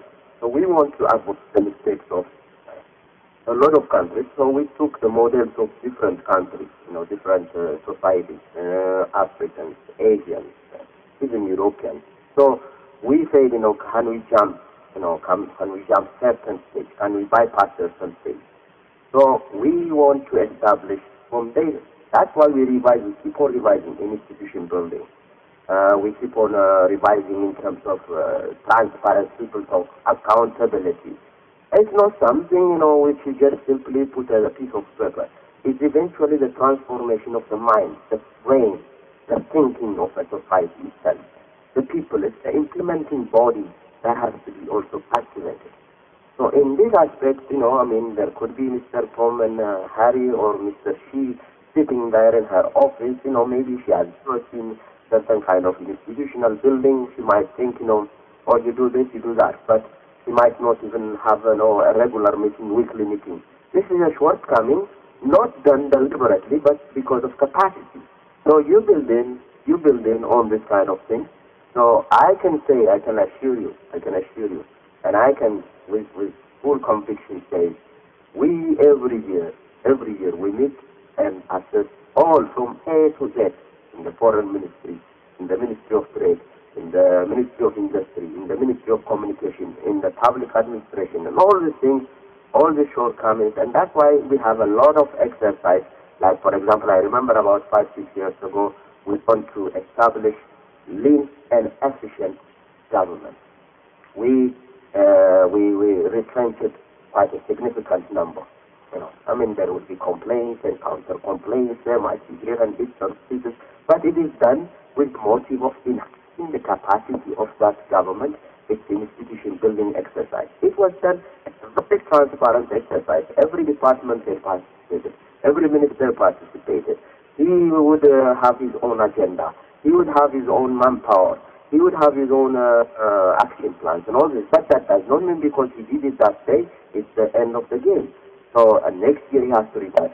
Next year he has to revise it. So what I'm trying to say is, I don't think anybody would claim, the rosy road in Eritrea, not only in Eritrea, but alone us, a 10 years old nation, the one nation, the most perfect one can say on earth. The Americans, the French, the British, they keep on revising their laws and bylaws and They have a lot of, I can tell you there was an EU about 2 years ago, big corruption, big scandal to an extent, all commissioners being stabbed. This is where the institution where they have, if you look at the Nome Convention, if you look at the EU ACP agreement, say, fight corruption, get corruption instead. These are people who passed all those drafts, but they were caught red-handed with a corrupt system. So what I'm trying to say is, I think people should assess which way is this country going. Is it doing its best? Is it doing to build institutions? I should be an idealist, which is good, but idealism and reality are sometimes, they don't go together. So I don't think I should float, and I don't think Eritrea is unique to any nation in this world. It has to go through a lot of transitions. It has to go through a lot of processes which has to be remedied, and it's a process maybe, it might take shape after 30, 40 years. But what is the trend? What is the channel? Which way are we going? I say, I feel very strongly going in the right track, and as I said, this is a reward I think the people of Eritrea deserve, but that does not mean after 200 years, does the United States have a lot of problems? But does it mean, the United States is not performing its duty? Is there an aspiration to improve it better and better? Yes. To the British, to the Kenyans, to the Fijis, to the South Africans, to the same, yes. So I think Eritrea, to me, is, her asset is the people. And the people of Eritrea are doing their best. And to me, governments come and go. No matter whoever you bring me in this post, in this position, in the future Eritrea, I think you will have problems, you will have shortcomings, you will have achievements, and you will have, I don't question, his motives. He would try to improve, unless he is some kind of weirdo who is interested only in his power. Okay. Let's use your criteria of strength and weakness.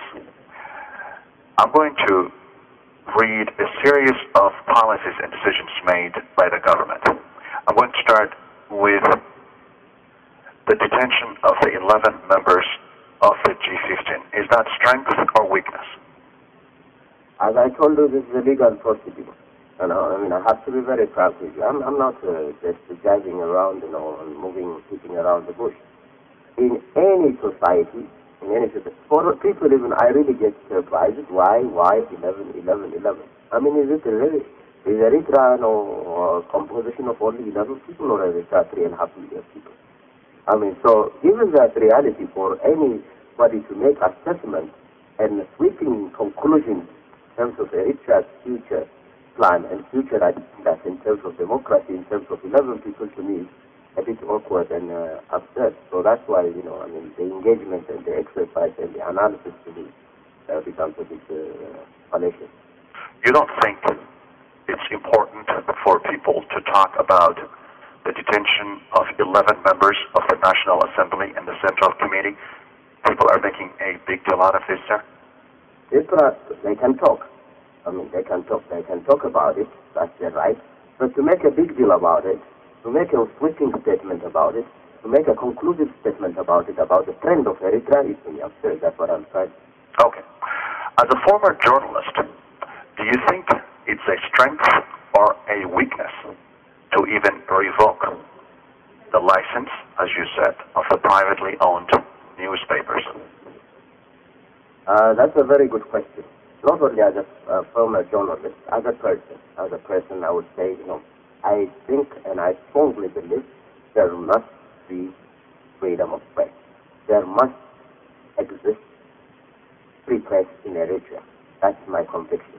That's not only my conviction, I know, I've never ever seen any debate in Eritrea that they should not be there in place. What happened was literally the revoking of the newspaper for their activity according to the law.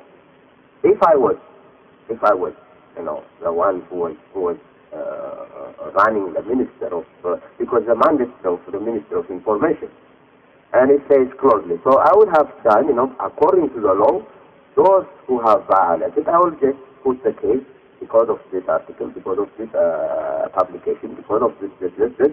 I will put it in two layers. The media layer, the media can be that press would be closed based on this accusation. And I will also sue the guy who wrote that, because there is a liability which in any society there is a liability to him. He's damaged, this is the also I will put it in 2 layers. The person or the editor. Here in this country, even the editors are liable to federal law. I mean, the editors of any of the media, And here in this country or in other European countries, you know how the censor happens? The editor censors it. I could be a reporter in Nairobi writing for New York Times. If the editor will just tear it apart, even he would fire me for certain articles. Yes, it's true, the government is the one who will fire me, and that is because there are internal clauses, internal bylaws, which are really in place. So, coming back to your question, I will definitely say that in Eritrea, there is no going to be anybody going to stop the free press. The free press is going to be in place. It's going to be given its reissued its license in accordance with the law. And I don't think it's even that controversial. But there has been a previous statement that, we have closed the press, we are derailing the process, we are not interested, which is not true. There is nobody who is more interested than us to have the free press. Is it strength, Mr. Ambassador, or weakness that 8 reporters are in jail as we speak? It's a court case. Whether it's 8 or 10, 15, I think it should be done within accordance to the law of the land. That's what I'm trying to. It could be, whether I detain 1 person, whether I detain 10 person, whether I detain 100 people for any violation, it shouldn't be seen as if it's weakness or strength. I think the law of the land must prevail in any country, the law of the land. And it's always whoever performs in accordance to the law, to me, is strength. Is it strength or weakness to send the students of Asmara University to where?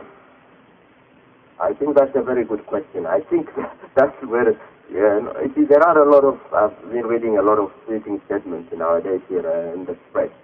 People miss that that season where when the whole thing came into the news, past Gahtalai, the whole entire area of the coastal area is a hot season. At 60 kilometers from Asmara. So, there are people who reside there. Even if I put you in Masawa, even if I put you in Asaf, even if I put you anywhere, all these places, they are all areas of Eritrea where people reside and people still reside in them. And our national program, our national summer program incorporates more than 35,000 students. So it wasn't all these university students. They are part of the national macroeconomic policy program. You see, our summer program is part of our macroeconomic policy program, which they do tree planting, road building, dam building, irrigation, and all this type of things, which has been part of, in fact, some of it financed by UNDP, I'm telling you. So, with this general program, which has been in place, so for people to talk as if the 2,000 are just in isolation, taken to a certain camp, because the responsibility of the government is to supply food and lodging for the 35,000 every summer. 16 years and above from high school will go for the summer program students. It involves across the board, including the teachers. 4,500 or almost 5,000 teachers are deployed as the caretaker of the whole activity. So there we have different camps in different locations of Eritrea. Some of it is in Karora, some of it is in Afados, some of it is in Weha, some of it is in Alo, some of it. But to sensationalize people, they make as if the Weha is a very unique thing and as if it is meant for this kind of activity. So what I'm trying to say is, for people to say right and wrong, I don't think they are assessing it in its totality and comprehensively. And if they want to sensationalize, I can tell you, with sudden my heart bleeding, literally I can tell you, 11 youths died a year before this week. A year before, in each summer program, in each summer engagement in the summer program, we have youths dying in different camps. Is it because it's a camp or is it because the government?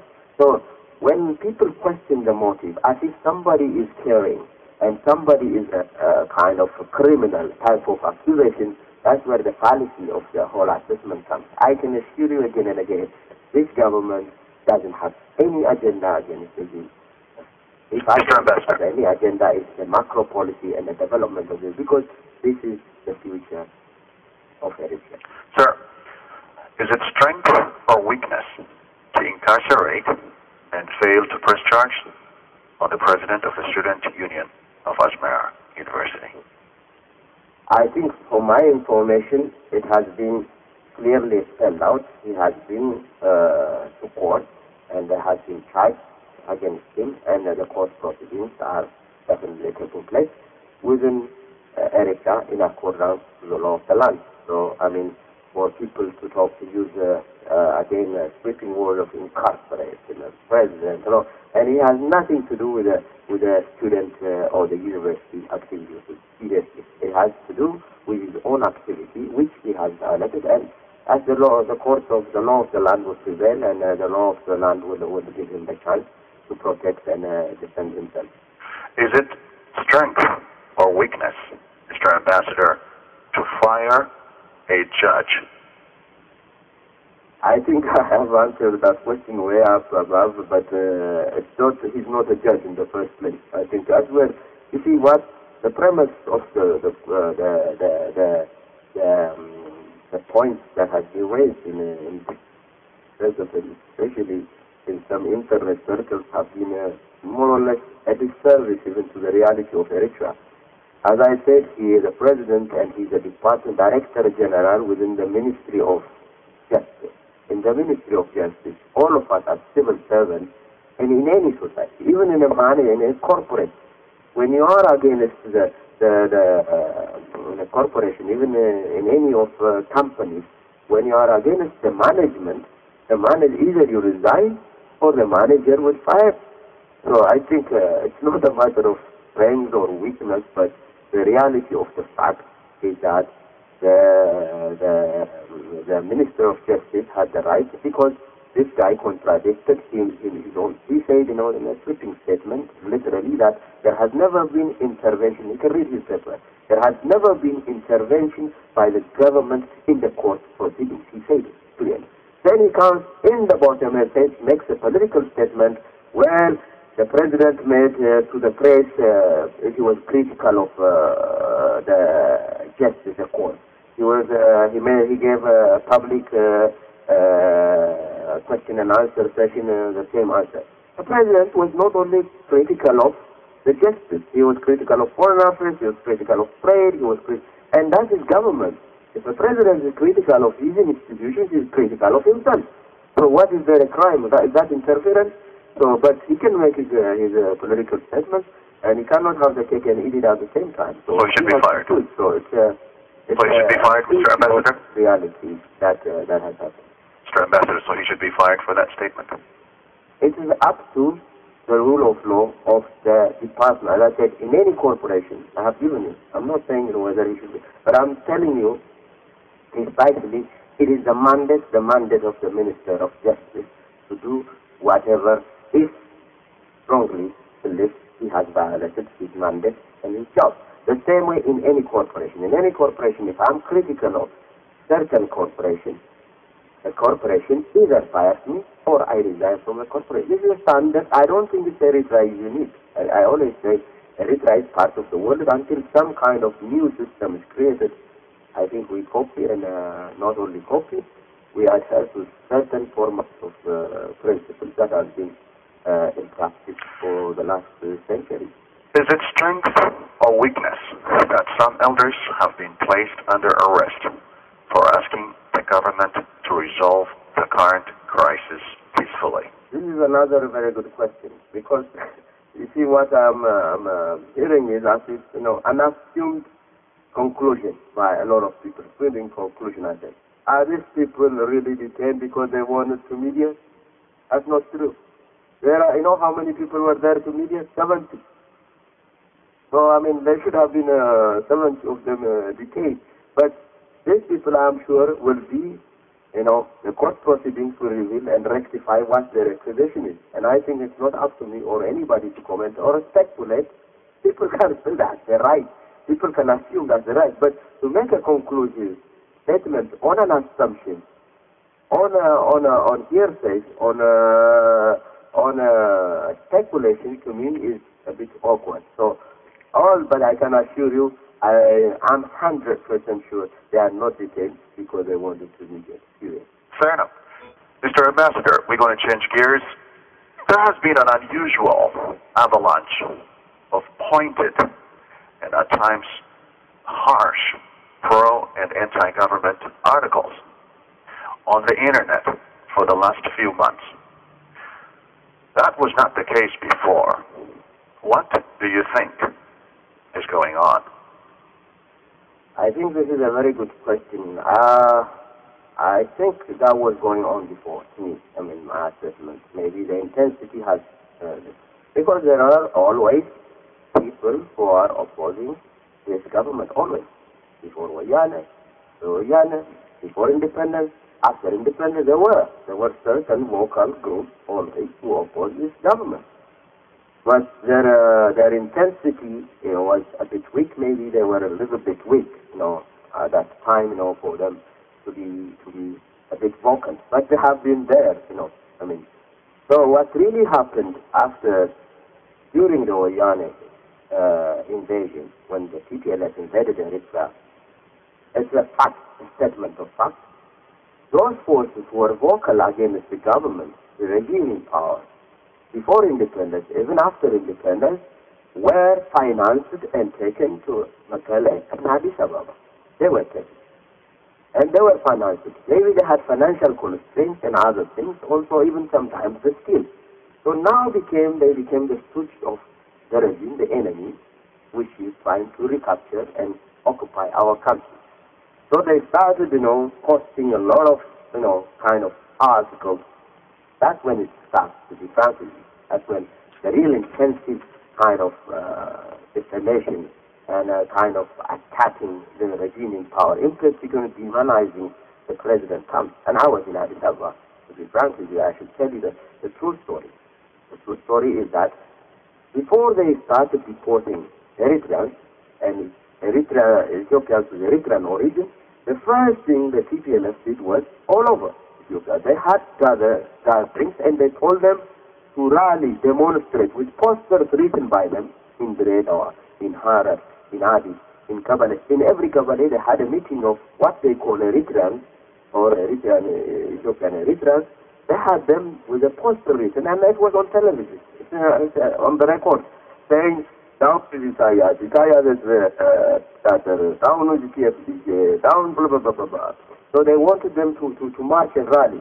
In some places they succeeded in having maybe 10, 15 people, 30 people, or 102 people. And in most cases people said, we don't know the issue, it's not. That's when, in fact, again, the deportation came, maybe, they. And then the second, when they started bringing in the Mekelle and the guys who were in Yemen, who were in Sudan, including the jihad, which were trained by Ben Laden, when they started bringing them to Mekelle and Adigrat as well as to Addis, they started telling them, if you register with these guys, we will retain you there. So they gave them, in fact, one of the offices they have now is our consular office. I'm telling you, with the fact. That's where they are. So basically, that's this kind of polluted propaganda, polluted kind of disinformation and accusation, and literally lies and deception started flowing, like hair, from day one by the TPLF, and this was literally picked word by word, and it's not new. I mean, we've heard it during Mengistu time, we've heard it during Haile Selassie time. Always when you attack the whole structure of the Eritrean struggle, you attack the leadership and the front. Now that has been a trend, and it's a public record, so anybody can read it. So what happened was, again, certain forces might have wittingly or unwittingly tried to create the same kind of illusion and create kind of propaganda. So this has become a bit vocal. So I think what I see is the intensity increasing. But that kind of activity has been going on. But to be frank with you, does it have really that much of an impact on the internal dynamism of Eritrea? No. Does it have a little bit of impact in the diaspora? Yes, a little bit. I'm not going to lie to you. No, there are some people who get confused because it's a deliberate impact. We have now the agenda of the secret meeting that has been going on in New York and other places, which says, their agenda is 3 dimensions, 4 dimensions. Let us disseminate some deception. That would shake everybody a little bit. It would even, the mere fact somebody calling each other, to verify certain things, he spends money. That is also a loss for Eritrea. They are succeeding. I mean, if it's Wayana's agenda is always, if I would be my agenda to for example, if Ethiopia's economy is stagnating, I don't want the people of Ethiopia to hurt, but I would say it might create a crisis for the government, so that this government might go. I might push for it. So what I'm trying to say is, basically, all this kind of conceptually perceived thing, of derailing the activity. Look on those articles. Have the Wayana have succeeded to deviate the people from writing about it? Yes. Now, people write about each other, and the pens are misused, misadused, and misallocated. And instead of writing even when the temporary zone, there are still the CPLF soldiers there. They are now refusing the direct flight, all these things. Instead of writing and concentrating on the major threat, on the major enemy, which is threatening my country, which should be, signing the letter and the spirit of the agreement the way it is. These guys are deviating. So an enemy would get a kick out of deviating me from my objective. Mr. Ambassador, the Eritrean government also recently complained that the West was in concert being negative about Eritrea as well. Do you think America and the rest of the Western world, the Western nations, are picking on Eritrea? No, I think our statement was very clear. It's not like that. It was clearly saying you are misperceiving and you are not perceiving the Eritrean reality. Please don't try to meddle on our internal affairs. That was the message. It's not like taking. We're just simply stating a fact when they said we are concerned, because they started saying reformers, I don't know where they got it. Maybe they pick it. Because after all, we are the human beings who make analysis and predictions, no matter in any system. So Tom and Dick and Harry might perceive it that way, and he might write a recommendation. He might say, I have read the indicators. We call it in analytical terminology, I have read the indicators, we call them. What are the indicators? What are the perceptions? What are the signals? And all these things, you compile and write a report.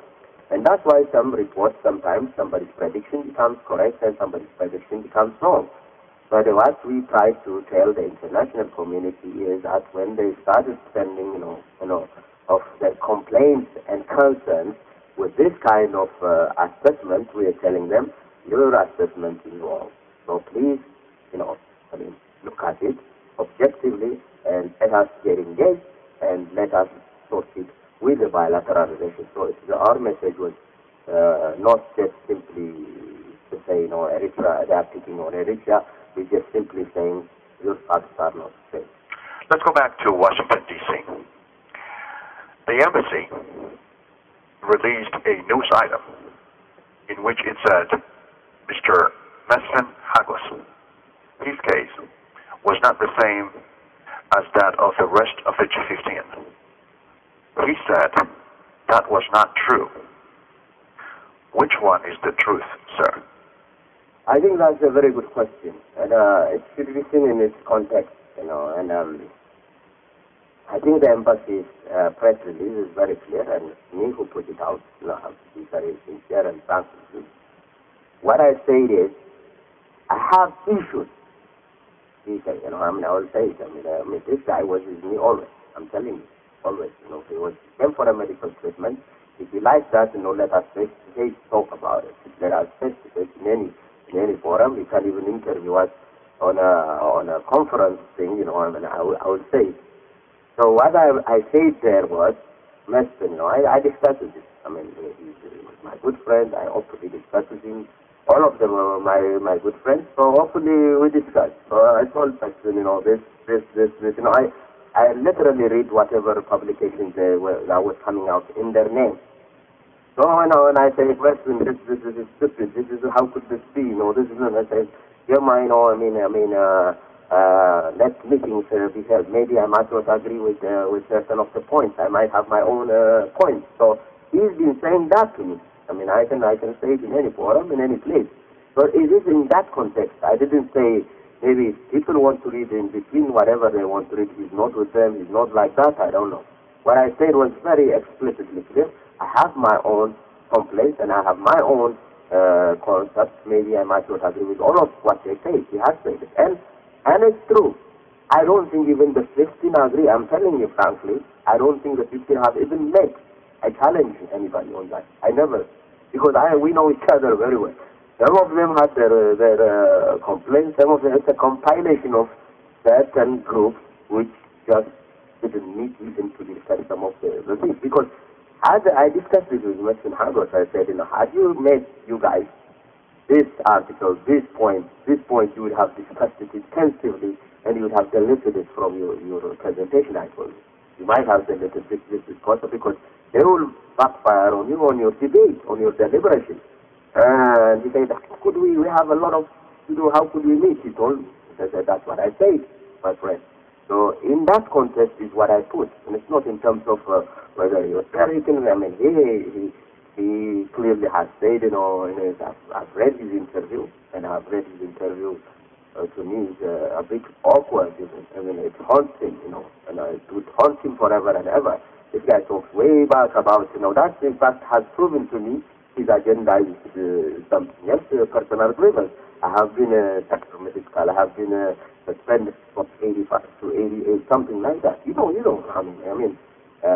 This kind of even approach in itself is that he doesn't have even any substance to be frank with you. So what I said there is precisely what I said in the context of the discussion I had with him. Mr. Ambassador, were you aware of the meeting that was expected to take place at the Doubletree Hotel in Virginia, in which 3 ambassadors, Enkorios, Hubret, and Adhanom, were to speak? Definitely, it was. There were flyers for flying like hell, around Washington, and as an ambassador, you would get any kind of information coming to your office. So definitely, I was aware of that they were going to hold such a meeting. Definitely, because there were flyers and announcements put on, and was also in the internet. Why do you think was that meeting disrupted? This is my personal opinion. I think, from my own experience of Eritrean society, Eritrean, I think the Eritrean people believe and strongly believe the struggle, the independence, the whole process of the government is there. There is a sense of ownership by every Eritrean, I tell you sincerely. Not because of some kind of propaganda or sometimes, because everybody has stepped in and contributed in every shape, in every form. Be it his money, be it his sweat, or his blood. So it is a combined effort of everybody, and everybody knows that literally this country is face to face, at war. People say, no, there is no firing. Yes, there is no firing, but the missiles face to face, always alert, to the minute, to the second, they are all alert. Every day, both sides are alert. So there is already a national threat, for national. The country must be there in place. Even to democratize Eritrea, that Eritrea must be there. It must be in place. That Eritrea to be democratic, that Eritrea to develop. And so long as Eritrea is not there, what is the reason of debating on a non-existing issue? So I think to every Eritrean, the primary question, the primary priority is now the survival of this nation, which has fought for 30 years and paid dearly to preserve it. The Eritrean says, we are what we are, we want to be what we want to be. We are what we are, and we want to remain what we are. This is the concept of the frame of thinking. So whoever jeopardizes this kind of the survival, instinct, the survivality, and threatens it, which the enemy is already threatening, really provokes every Eritrean. So I think, the whole aspect of that thing is based on this kind of mentality. Because I think first you secure the country and you debate. You debate. First, the house must belong to you. Then you quarrel on which furniture should be there, or which house should be, which room should belong to whom. So I think it is even methodologically, practically, and human mind logical deduction that has been in conflict in that kind of forum. Mr. Ambassador, you also had a meeting at the Omni Shawarma Hotel in Washington, D.C. And I would like you to listen to one of the suggestions that was made by one of your guests immediately following your speech.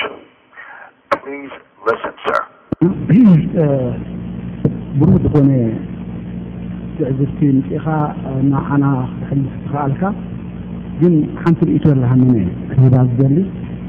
بزعبا بحالة السموم أخيرات هايدي ميرو أبدا بسري كنت أسكايو شفت الكحل الثانية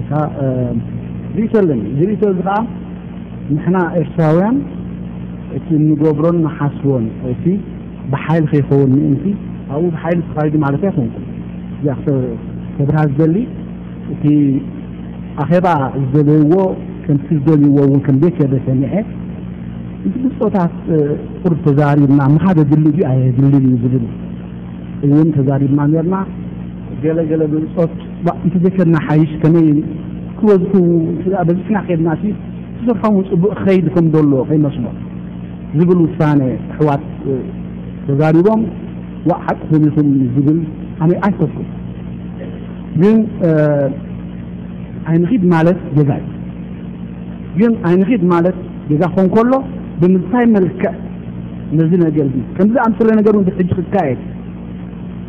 الكايد من مالك أكون الذي نزلنا قلبي بايساهم فتقولوا إيدي مو عصبة دخولتهم كونه بدليتهم إسرافهم 4 5 6 زي قدس من قرب بعد ما يقصلي من 5 يوم ده أمثلة صلاة في المدة بسرعة تمريسهم نزلنا قد ندالوهم كم ذا أمثلة حاوخ بتر كله انتهي نقرأ في نفس 5 سنة ناخذكم تشم اللغة جملة فذا اليوم نزلنا قردي خذوا نضرب حيلها don't take it on your own hand سمع راون أول بستانك يسر يدك ذي كارزن كل حاجة زي أحسن رزقان قازم بالقوة كارزن كل حاجة وانت مهيرنا ندب وسيدنا مالت كنا ندبون كن حسبون نجدبا إليه كتحاسب دلي. Here's what the gentleman was saying. When meetings like the ambassadorial meeting that took place and was disrupted, when occasions like that happen, the gentleman suggested that qualified people be sent instead of taking the law into one's own hands. Why was he talking about not taking the law into one's own hands? Do you remember that question, that suggestion by this gentleman? Yes. In the first place, I should make a correction. The embassy never sent, whether qualified or disqualified. We don't have such a concept even for this kind of whatever activity anybody wants to get anywhere else. Every individual is free and entitled to whatever actions and activities to take. So there is no instruction or guidelines given from the embassy, as is the case in any part of the world. When people demonstrate against WTO in Seattle, or they demonstrate in Italy, or demonstrate, they were thinking of demonstrating in IMF meeting, ministerial meeting was postponed because of the 11th incident, otherwise it was going to be. So I don't think anybody has the right to say do this, do that.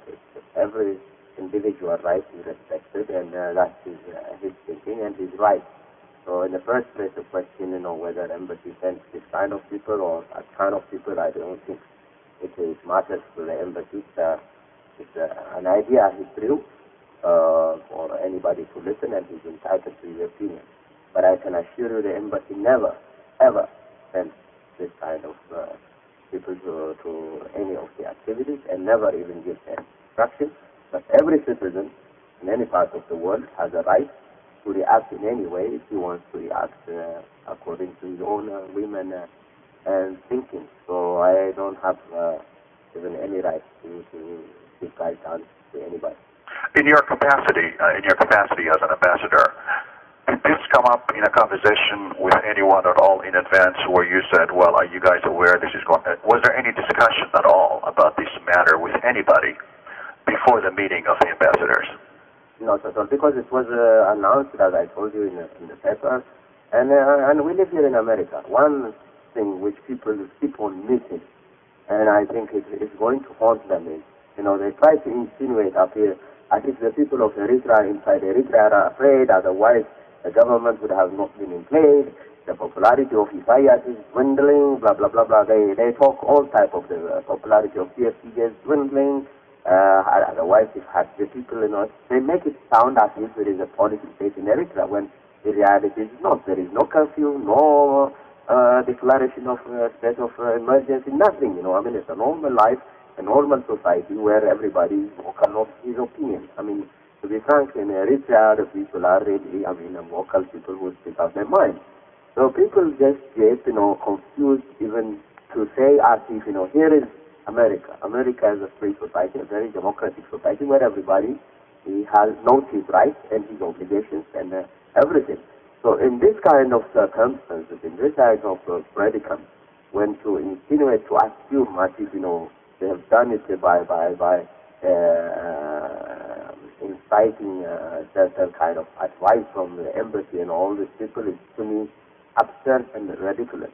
But because they are insulting, here is a free society, everybody is doing what he should, and that is the right, and there has never been a difference. We will never discuss such an issue, because to me, these are extremely trivial, because these people, I know for sure, I know the heartbeats of the people of Eritrea, and I know where their hearts and minds are.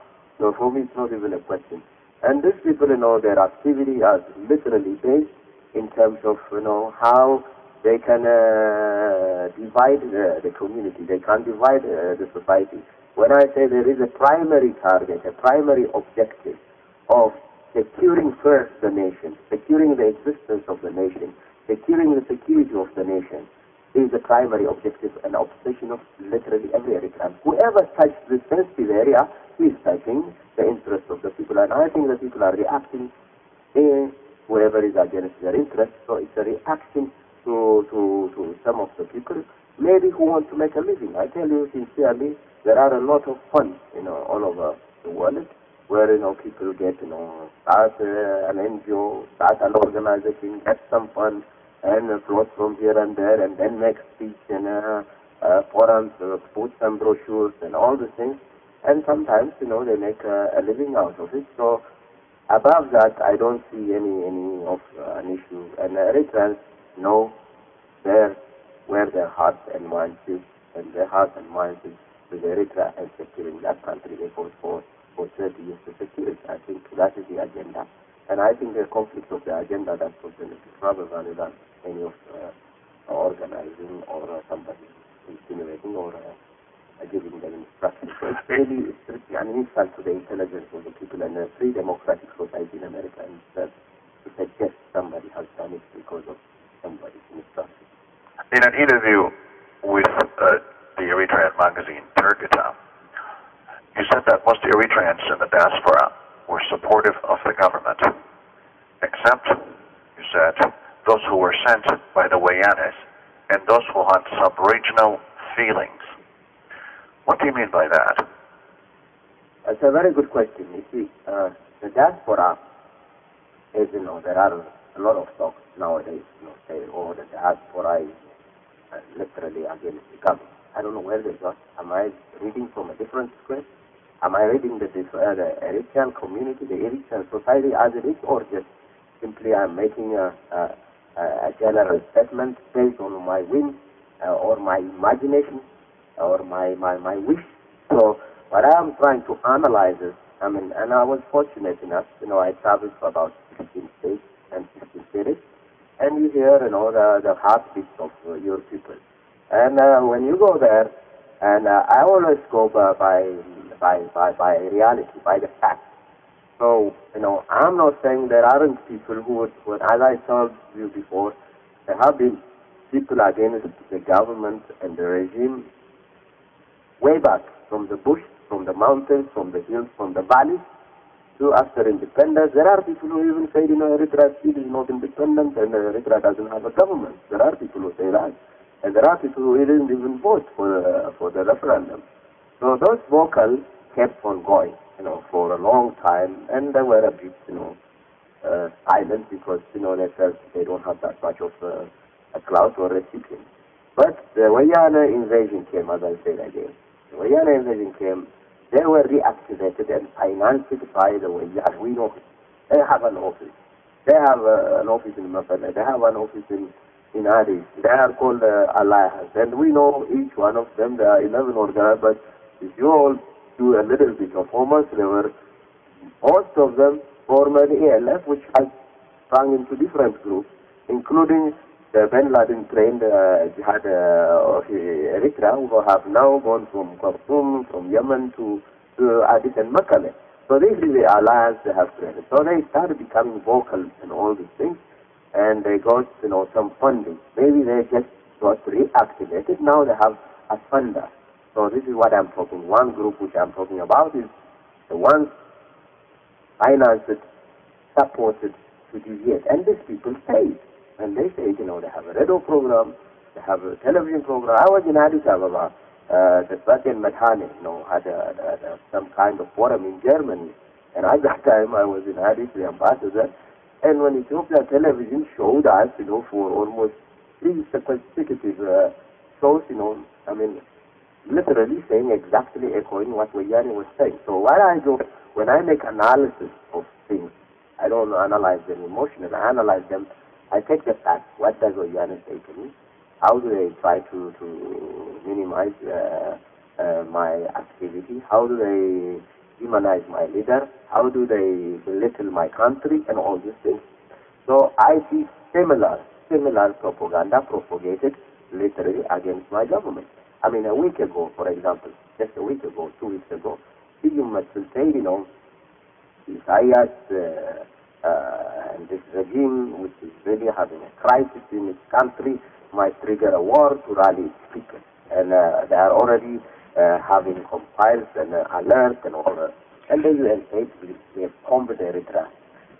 So, and you listen, Laguela said, we bombed every Eritrean territory, there was no such a thing, and all that kind of thing. And all of a sudden, Melvin Hagos, after a week or so, comes with a statement saying that Isaias might trigger a war because this guy has been fighting war and as if he has triggered it, and then he might trigger. So, are they speaking the same language, Melvin and Melvin and Melvin Hagos? Maybe the Melvin is combining them together. So, are they speaking the same language by coincidence or by plan? To me, really a puzzle, because this guy is saying, and literally what Hume has been saying, and Hume has been ready pulled for that by Laguela, maybe in a polite way, in a diplomatic way.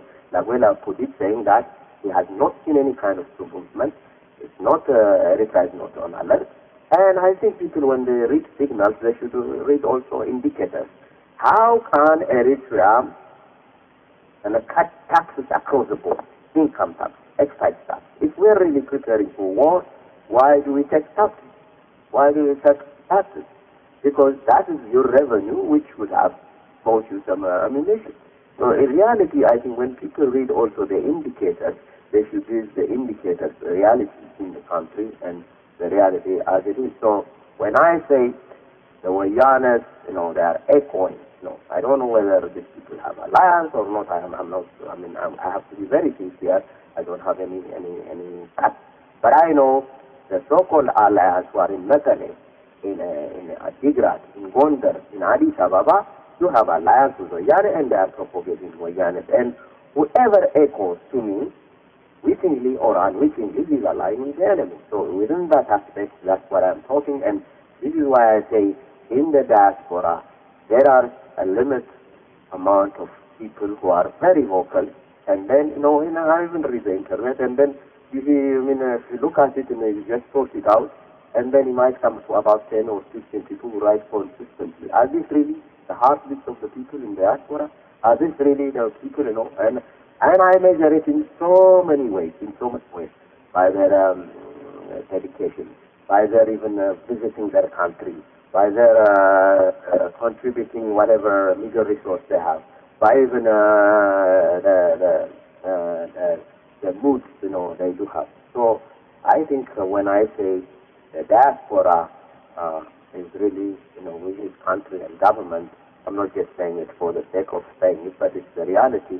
And also factually, to be frank with you, I always go also for the worst scenario sometimes. Let's assume, that's not true, but let's assume they are against it. Show me the TPLF regime in power, every single Ethiopian, there are more Ethiopians here, about 200,000, 150,000, they are against the regime in Addis. I didn't mean they are a threat to the regime because they are against it.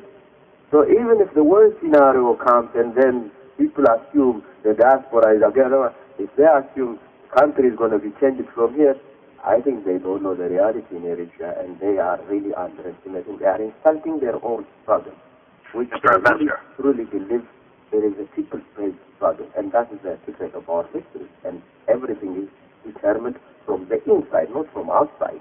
It's not like some people try to relate it like Kosovo, Yugoslavia, Milosevic. They talk about all this kind of topics, and I say, as if I see it, are they really equating this situation in the Balkans with Eritrea? I mean, let them come to their sense. That's what I'm trying to say. But Mr. Ambassador, the diaspora decisive menace by now would have been out, to be frank with you. is it possible that there are Eritreans who have legitimate differences with the government, but who are not Wayane-inspired or not suffering from these sub-regional feelings that you said? Is it possible to have a serious difference of opinion and oppose the government based on principles as opposed to having sub-regional feelings or being a stooge of the Wayanes? 100%. I agree with you totally. That's why we are engaged fully to move into the party election process, because that's what we are finalizing eventually, to have the party in place, the election commission in place. That is going to be a healthy debate. Otherwise, had we not thought that this kind of ideas should be entertained sincerely in terms of policy differences, objective differences, then there was no need of us ratifying the constitution and even now doing the exercise of implementing. Why should we have a meager resource, all of us. We're not ashamed. We're a poor country. We have a limited budget. With my limited budget, I'm flying to California, to Philadelphia, I'm flying to Florida. Mohammed Tahir Badur is flying to Saskatoon, to Winnipeg, and all these things, we are all flying to Toronto. To all this kind of why? That shows our conviction that Eritrea must move into tolerant, multi-party, issue-oriented discussions and debates. That's why when people talk about 11/11, what issues did these people raise which is entirely different from the PSCC? I'm being sincere with you. What is it? Tell me. Give me even one single, simple issue where there is a difference. Had there been two schools of thought, one saying Eritrea must not be a multi-party, another saying, no, it must be a party, then I see a healthy debate. It doesn't even exist. So that's why I say, even the current agenda, the present agenda for the national, let Eritrea first of all be what it is, exist as it is, with a geographical unit which has been annexed to certain chunks by the PPLF. We want the demarcation to happen. When it happens, that is my house, this is my territory. Now I talk about what do I want with this country, what do I want to do it, what do I want to make it. Shall I want to make it a liberal economy? Shall I concentrate on foreign investors? Shall I concentrate on agriculture? Shall I concentrate on only my fish? Shall I concentrate on tourism? You can debate issues. Shall I have a parliamentary procedure, which is the House of Lords or the House of Commons or something like that? So I think that healthy debate, I have no doubt, in Eritrea has been there, will be there forever, because it has been there. And I think that is a culture. It's not a new trend, even a new discussion. That's how the survival of the EPLF and the TFDJ manifested itself to this day. I'm telling you, in debate, you discuss, you argue, and then when you defer the majority rules, then it proceeds. You don't say, if you don't create an anarchy saying today I debate my issue and then nothing happens, then I walk out of the debate. That is stupid. I'm wasting somebody's time if I don't agree into the majority parliamentary process. That's the standard procedure. Also, you debate your issue, you lose today, then you accept the majority procedure and then proceed. Mr. Ambassador, and I think that's a healthy thing, and that has been the practice in Eritrea. That will be the practice in Eritrea, and I think that is the healthy practice which everybody aspires to have in Eritrea. Mr. Ambassador, when you were asked if the G15 had any support in the diaspora, in your interview with the same magazine, that is Turkata, you said that, these are your own words, if I want, I can sit at home and post articles on the internet by using several identities. Now, do you think this activity is limited only to those who oppose the government? To my knowledge, I say yes, because when I say those things, I'm not just simply saying it for the sake of saying it. Because, we are not stupid. A lot of people are not really stupid. Sometimes, there are styles of writing people develop. And the more you read those people, the more you tend to know their style and read in between. So when I make that statement, I'm not just simply making it off my head. Sometimes even the wordings and the things, I don't have to say even who is who. To be frank with you, I know sometimes. I know who is really who. So that has been a practice, and this people, this is the internet. I sit in my room and I can write. Can I post it? Yes, I can write. Who do I represent? Who am I? Do I have even constituency? Maybe I have people who support my idea, good, fantastic. But I don't have even a structure where I can even organize these people. I don't have it. Because as an individual, yes, people might support my idea, but political strength and political process need organization. And I don't have that organized. I kind of have the best of ideas, even helpful for Eritrea. I posted there. What is it? It would be read. Good. Ghirma wrote nice one. It's very good. That's finished. Because it needs, a mechanism of. So that's why I said a lot of them are maybe individuals to write. If you ask him, sacrifice something, leave your job, go do something, go organize, I don't think he will say what's there in there for me. How am I going to run my kids? You're going to give me some salary. You have some funding. That's why the so-called NGO things are being created now. I'm telling you, frankly, because that is the way they can sustain themselves through funding.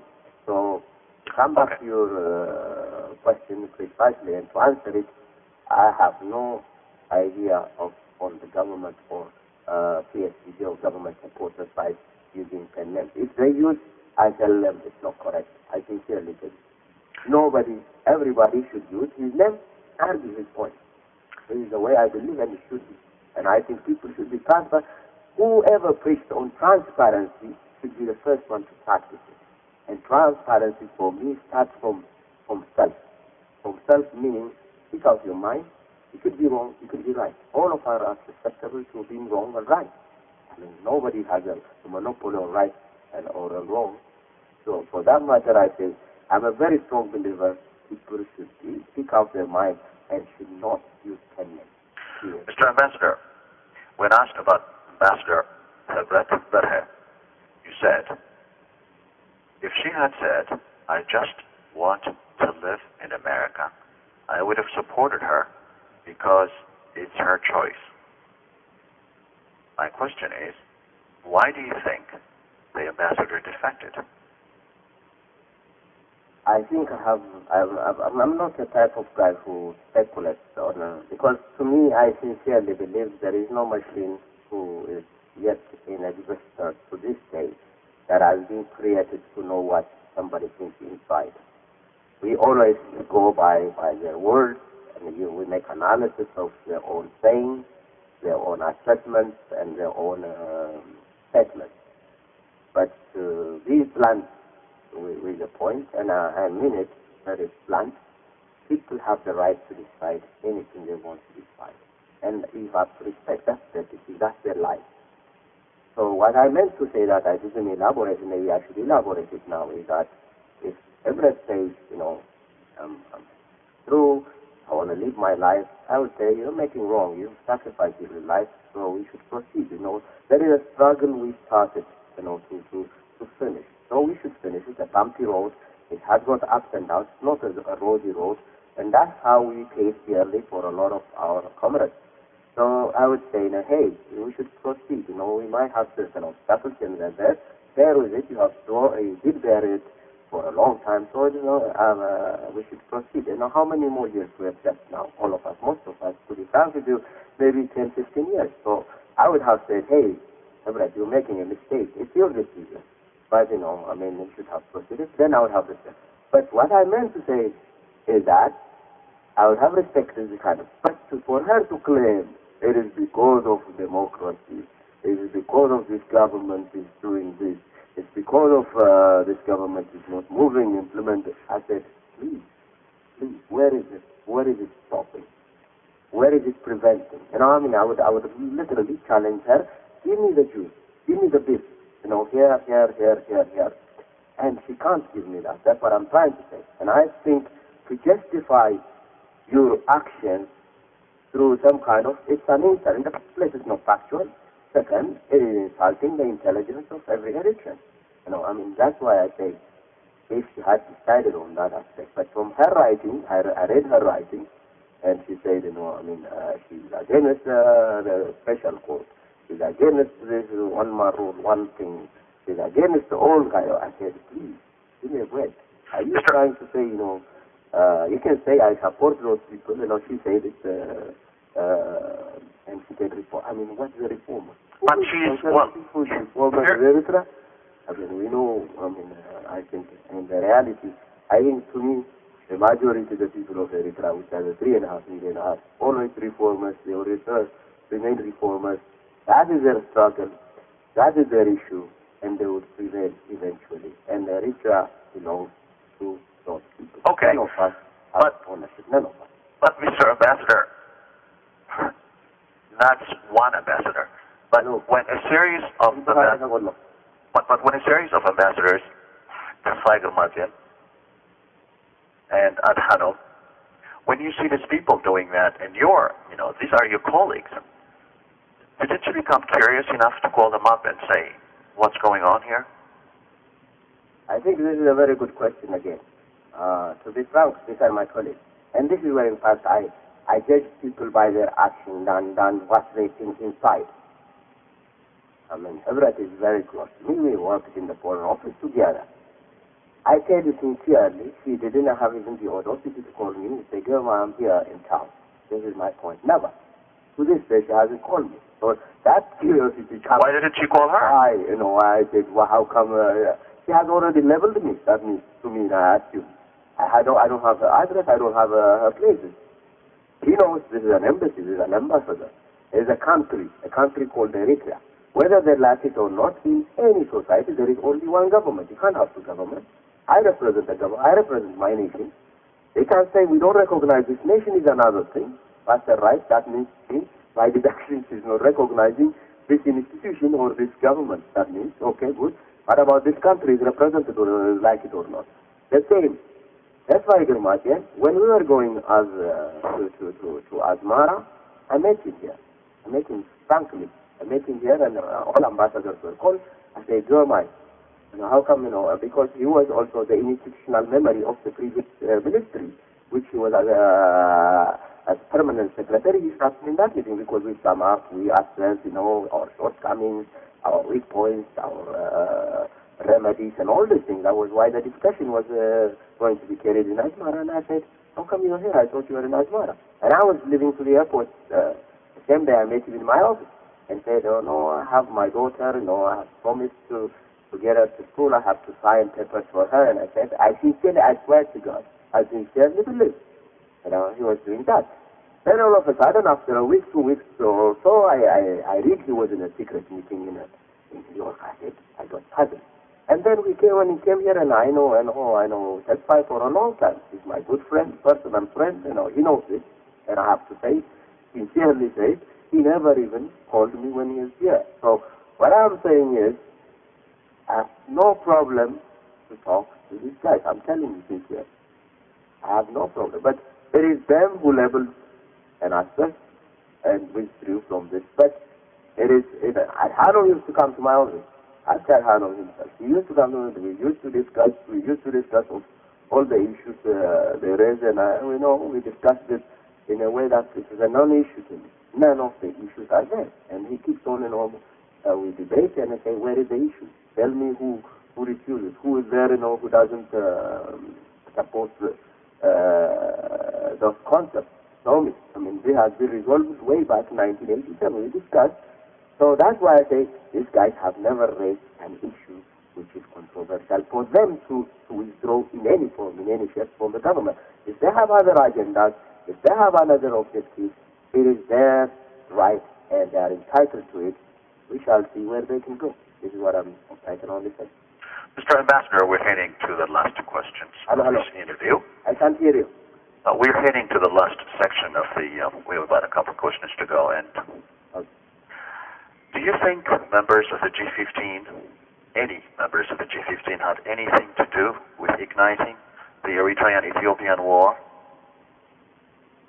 I think this is a very good question and pertinent question, but I'm not going to speculate in anything of such a thing, and I would leave it to every court proceeding, because these people are now charged with security and sovereignty. And security and sovereignty is a broader concept which has to deal from passing even an embassy document, even if I pass it to the Kenyan embassy today, an embassy document which has been sent to me, a top confidential, top secret, that is in itself also treason, to be frank with you. If I today, even if I pass it to Kenya. So it's a broader concept, a broader accusation which would be dealt each individually to what he did and what he didn't do, what he can, So I would say I would not really literally speculate on what has been transpiring, what has been done, and what has been assumed or not assumed, or what has been speculated. I can't speculate on this question, so I would rather say that this is not an issue which I would definitely comment on. Mr. Ambassador, the government had previously said all along that it was the Ethiopians who had declared war in Eritrea. What happened to that argument? I didn't hear. This is why I'm saying you are just saying, you tried to speculate, saying, do they have anything to do? Okay. You say, I'm answering to your speculation. Okay.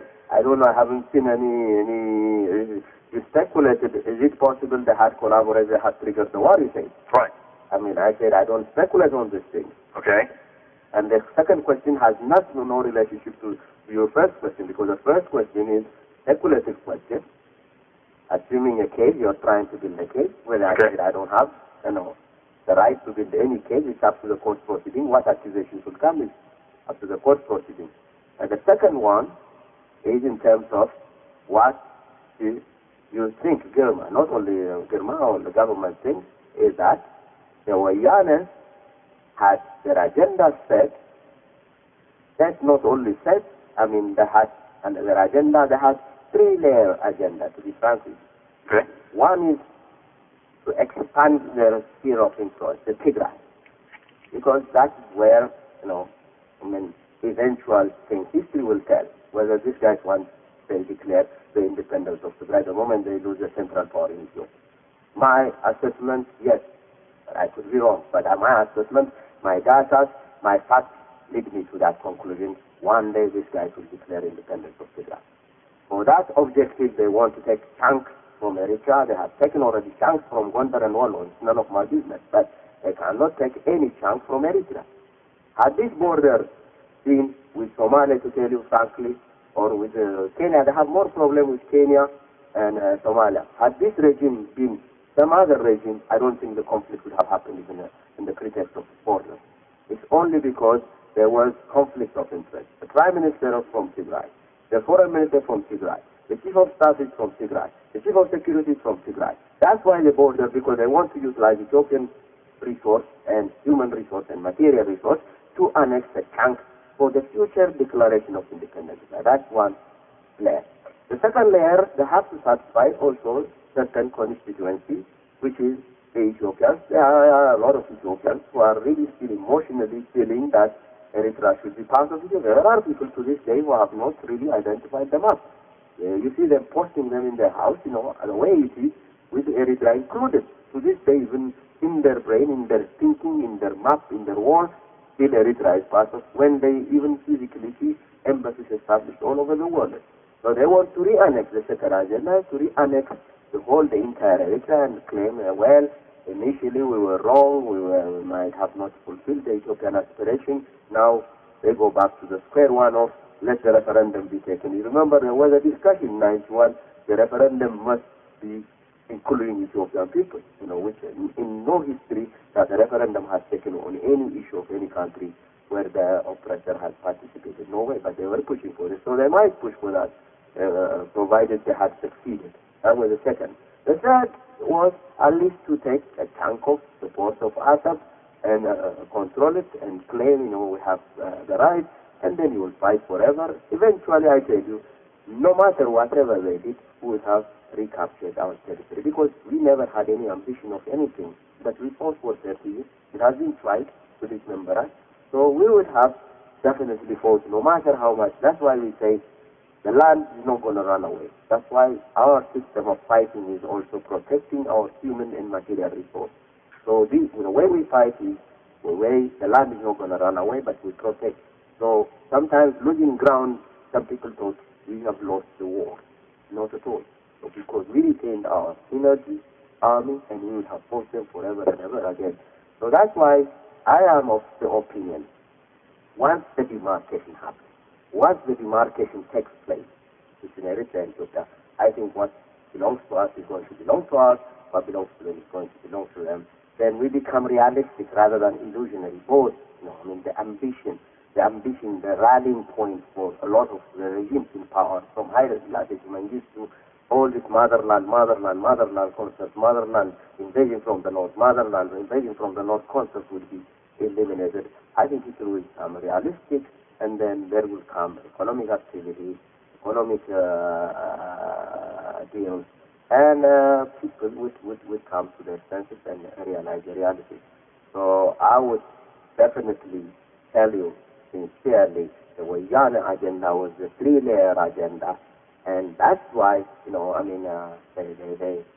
tried, they say this. It's now in the public record. I'm not going to just do even just research. All I have to do is just read from 1998, make 6 statements in Parliament by PM, by members, by Ghirma Asmerom, who is now not here, by Bifolder, by PA. You read, who were the major speech makers on this agenda of Eritrea.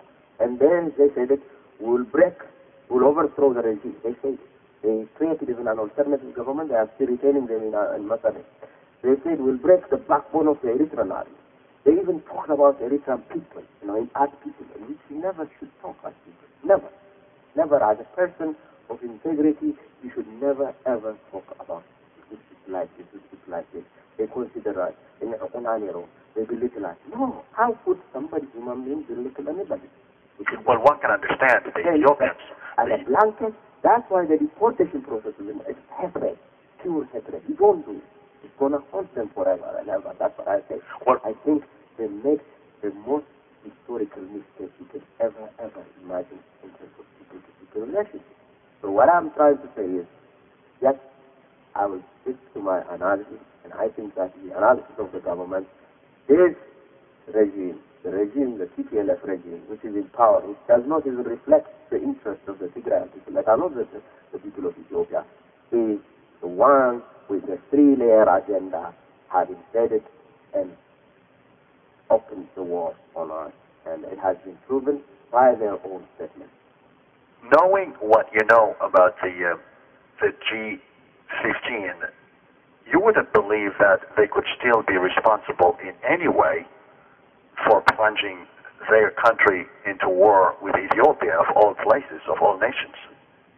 You're asking me a speculative again. You're reversing the question in a different form. Please don't ask me a speculative question. So I can't not deal with any kind of any process with all legal process and accusations and counter accusations will come, and I think that's up to the court proceedings, and that would rectify whoever has done it, whoever has not done it. So I would literally, beg you not to ask me speculative questions. Okay. Mr. Ambassador, contrary to what the government and the president of Asmara University have been saying, an AFP report said that 5 students did not make it back to the classroom and are still in detention. Is that true?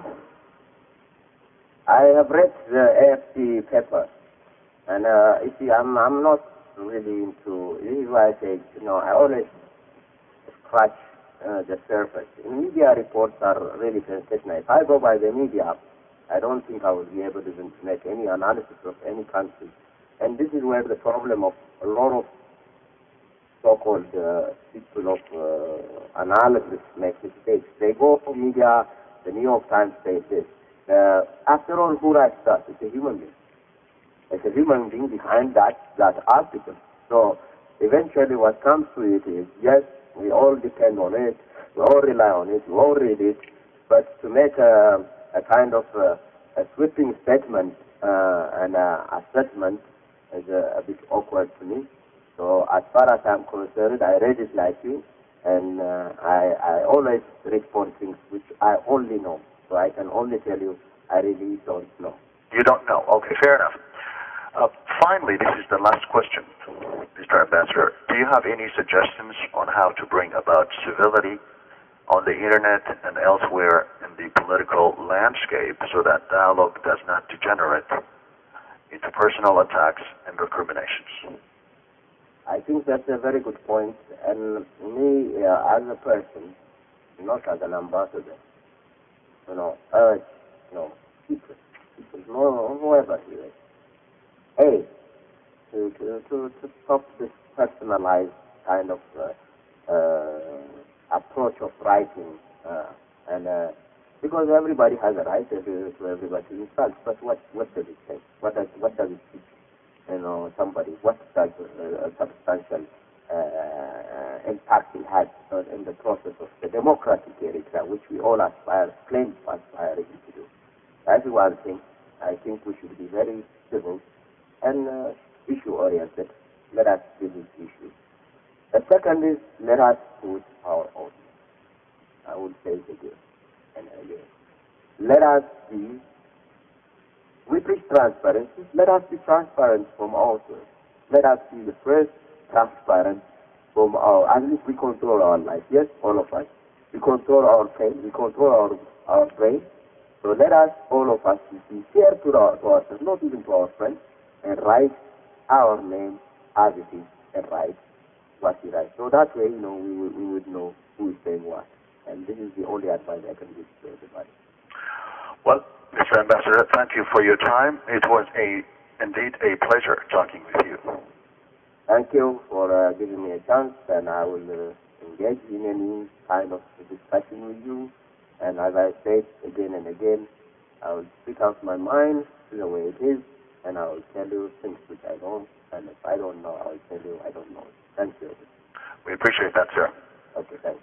Ladies and gentlemen, my guest was His Excellency Ghirma Asmerom, Eritrea's ambassador to the United States. You've been listening to Face the Erespora. My name is Erisam Mesfin. Till the next time around, goodbye.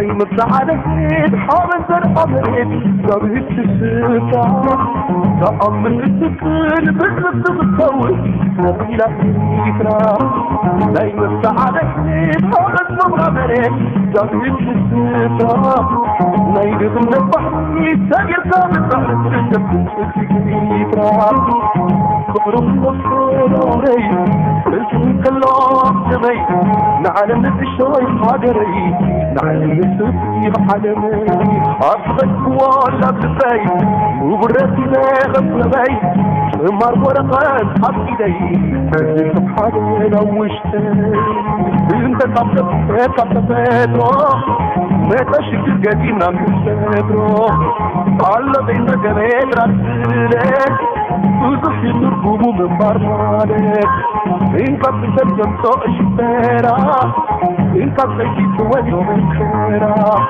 ناسا متن تسوي الكريترا على وضع بينا حديرا سلام من سيدريترا من سيدريترا سلام بك عجيب حديرا سلام وحوات حديرا زفارة الموت أخي موفرا أبجدك العامين خبر جوتك خبري وفخما ثم تدافي ببحث مثل بغلق سرح ميلا وقت الطبع عقلي تاخذ بسرفة ركب وليلا صبر النصر وري اسم كلام جمي نعلم لك شوي وحقري نعلم السبيخ حلمي أصغت ولا بفي وبرقي بيخد بيت مر ورقات أبيدي سبحانه لوشتي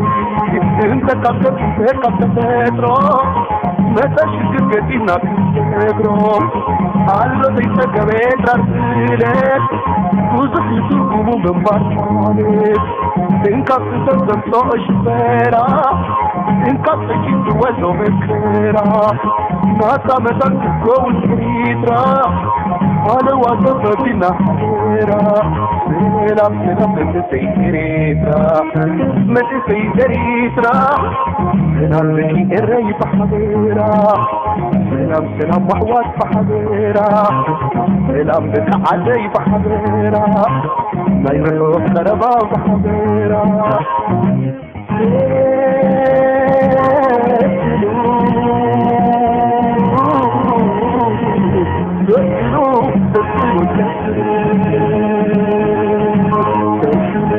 شحن والكف إلى يوم قوتك عظم سسرور ظواهر فوقها غيرك إلى متصدمك سحر وشحن والكف سلام بك عجيب حضيرا سلام وحوات حضيرا لا لا لا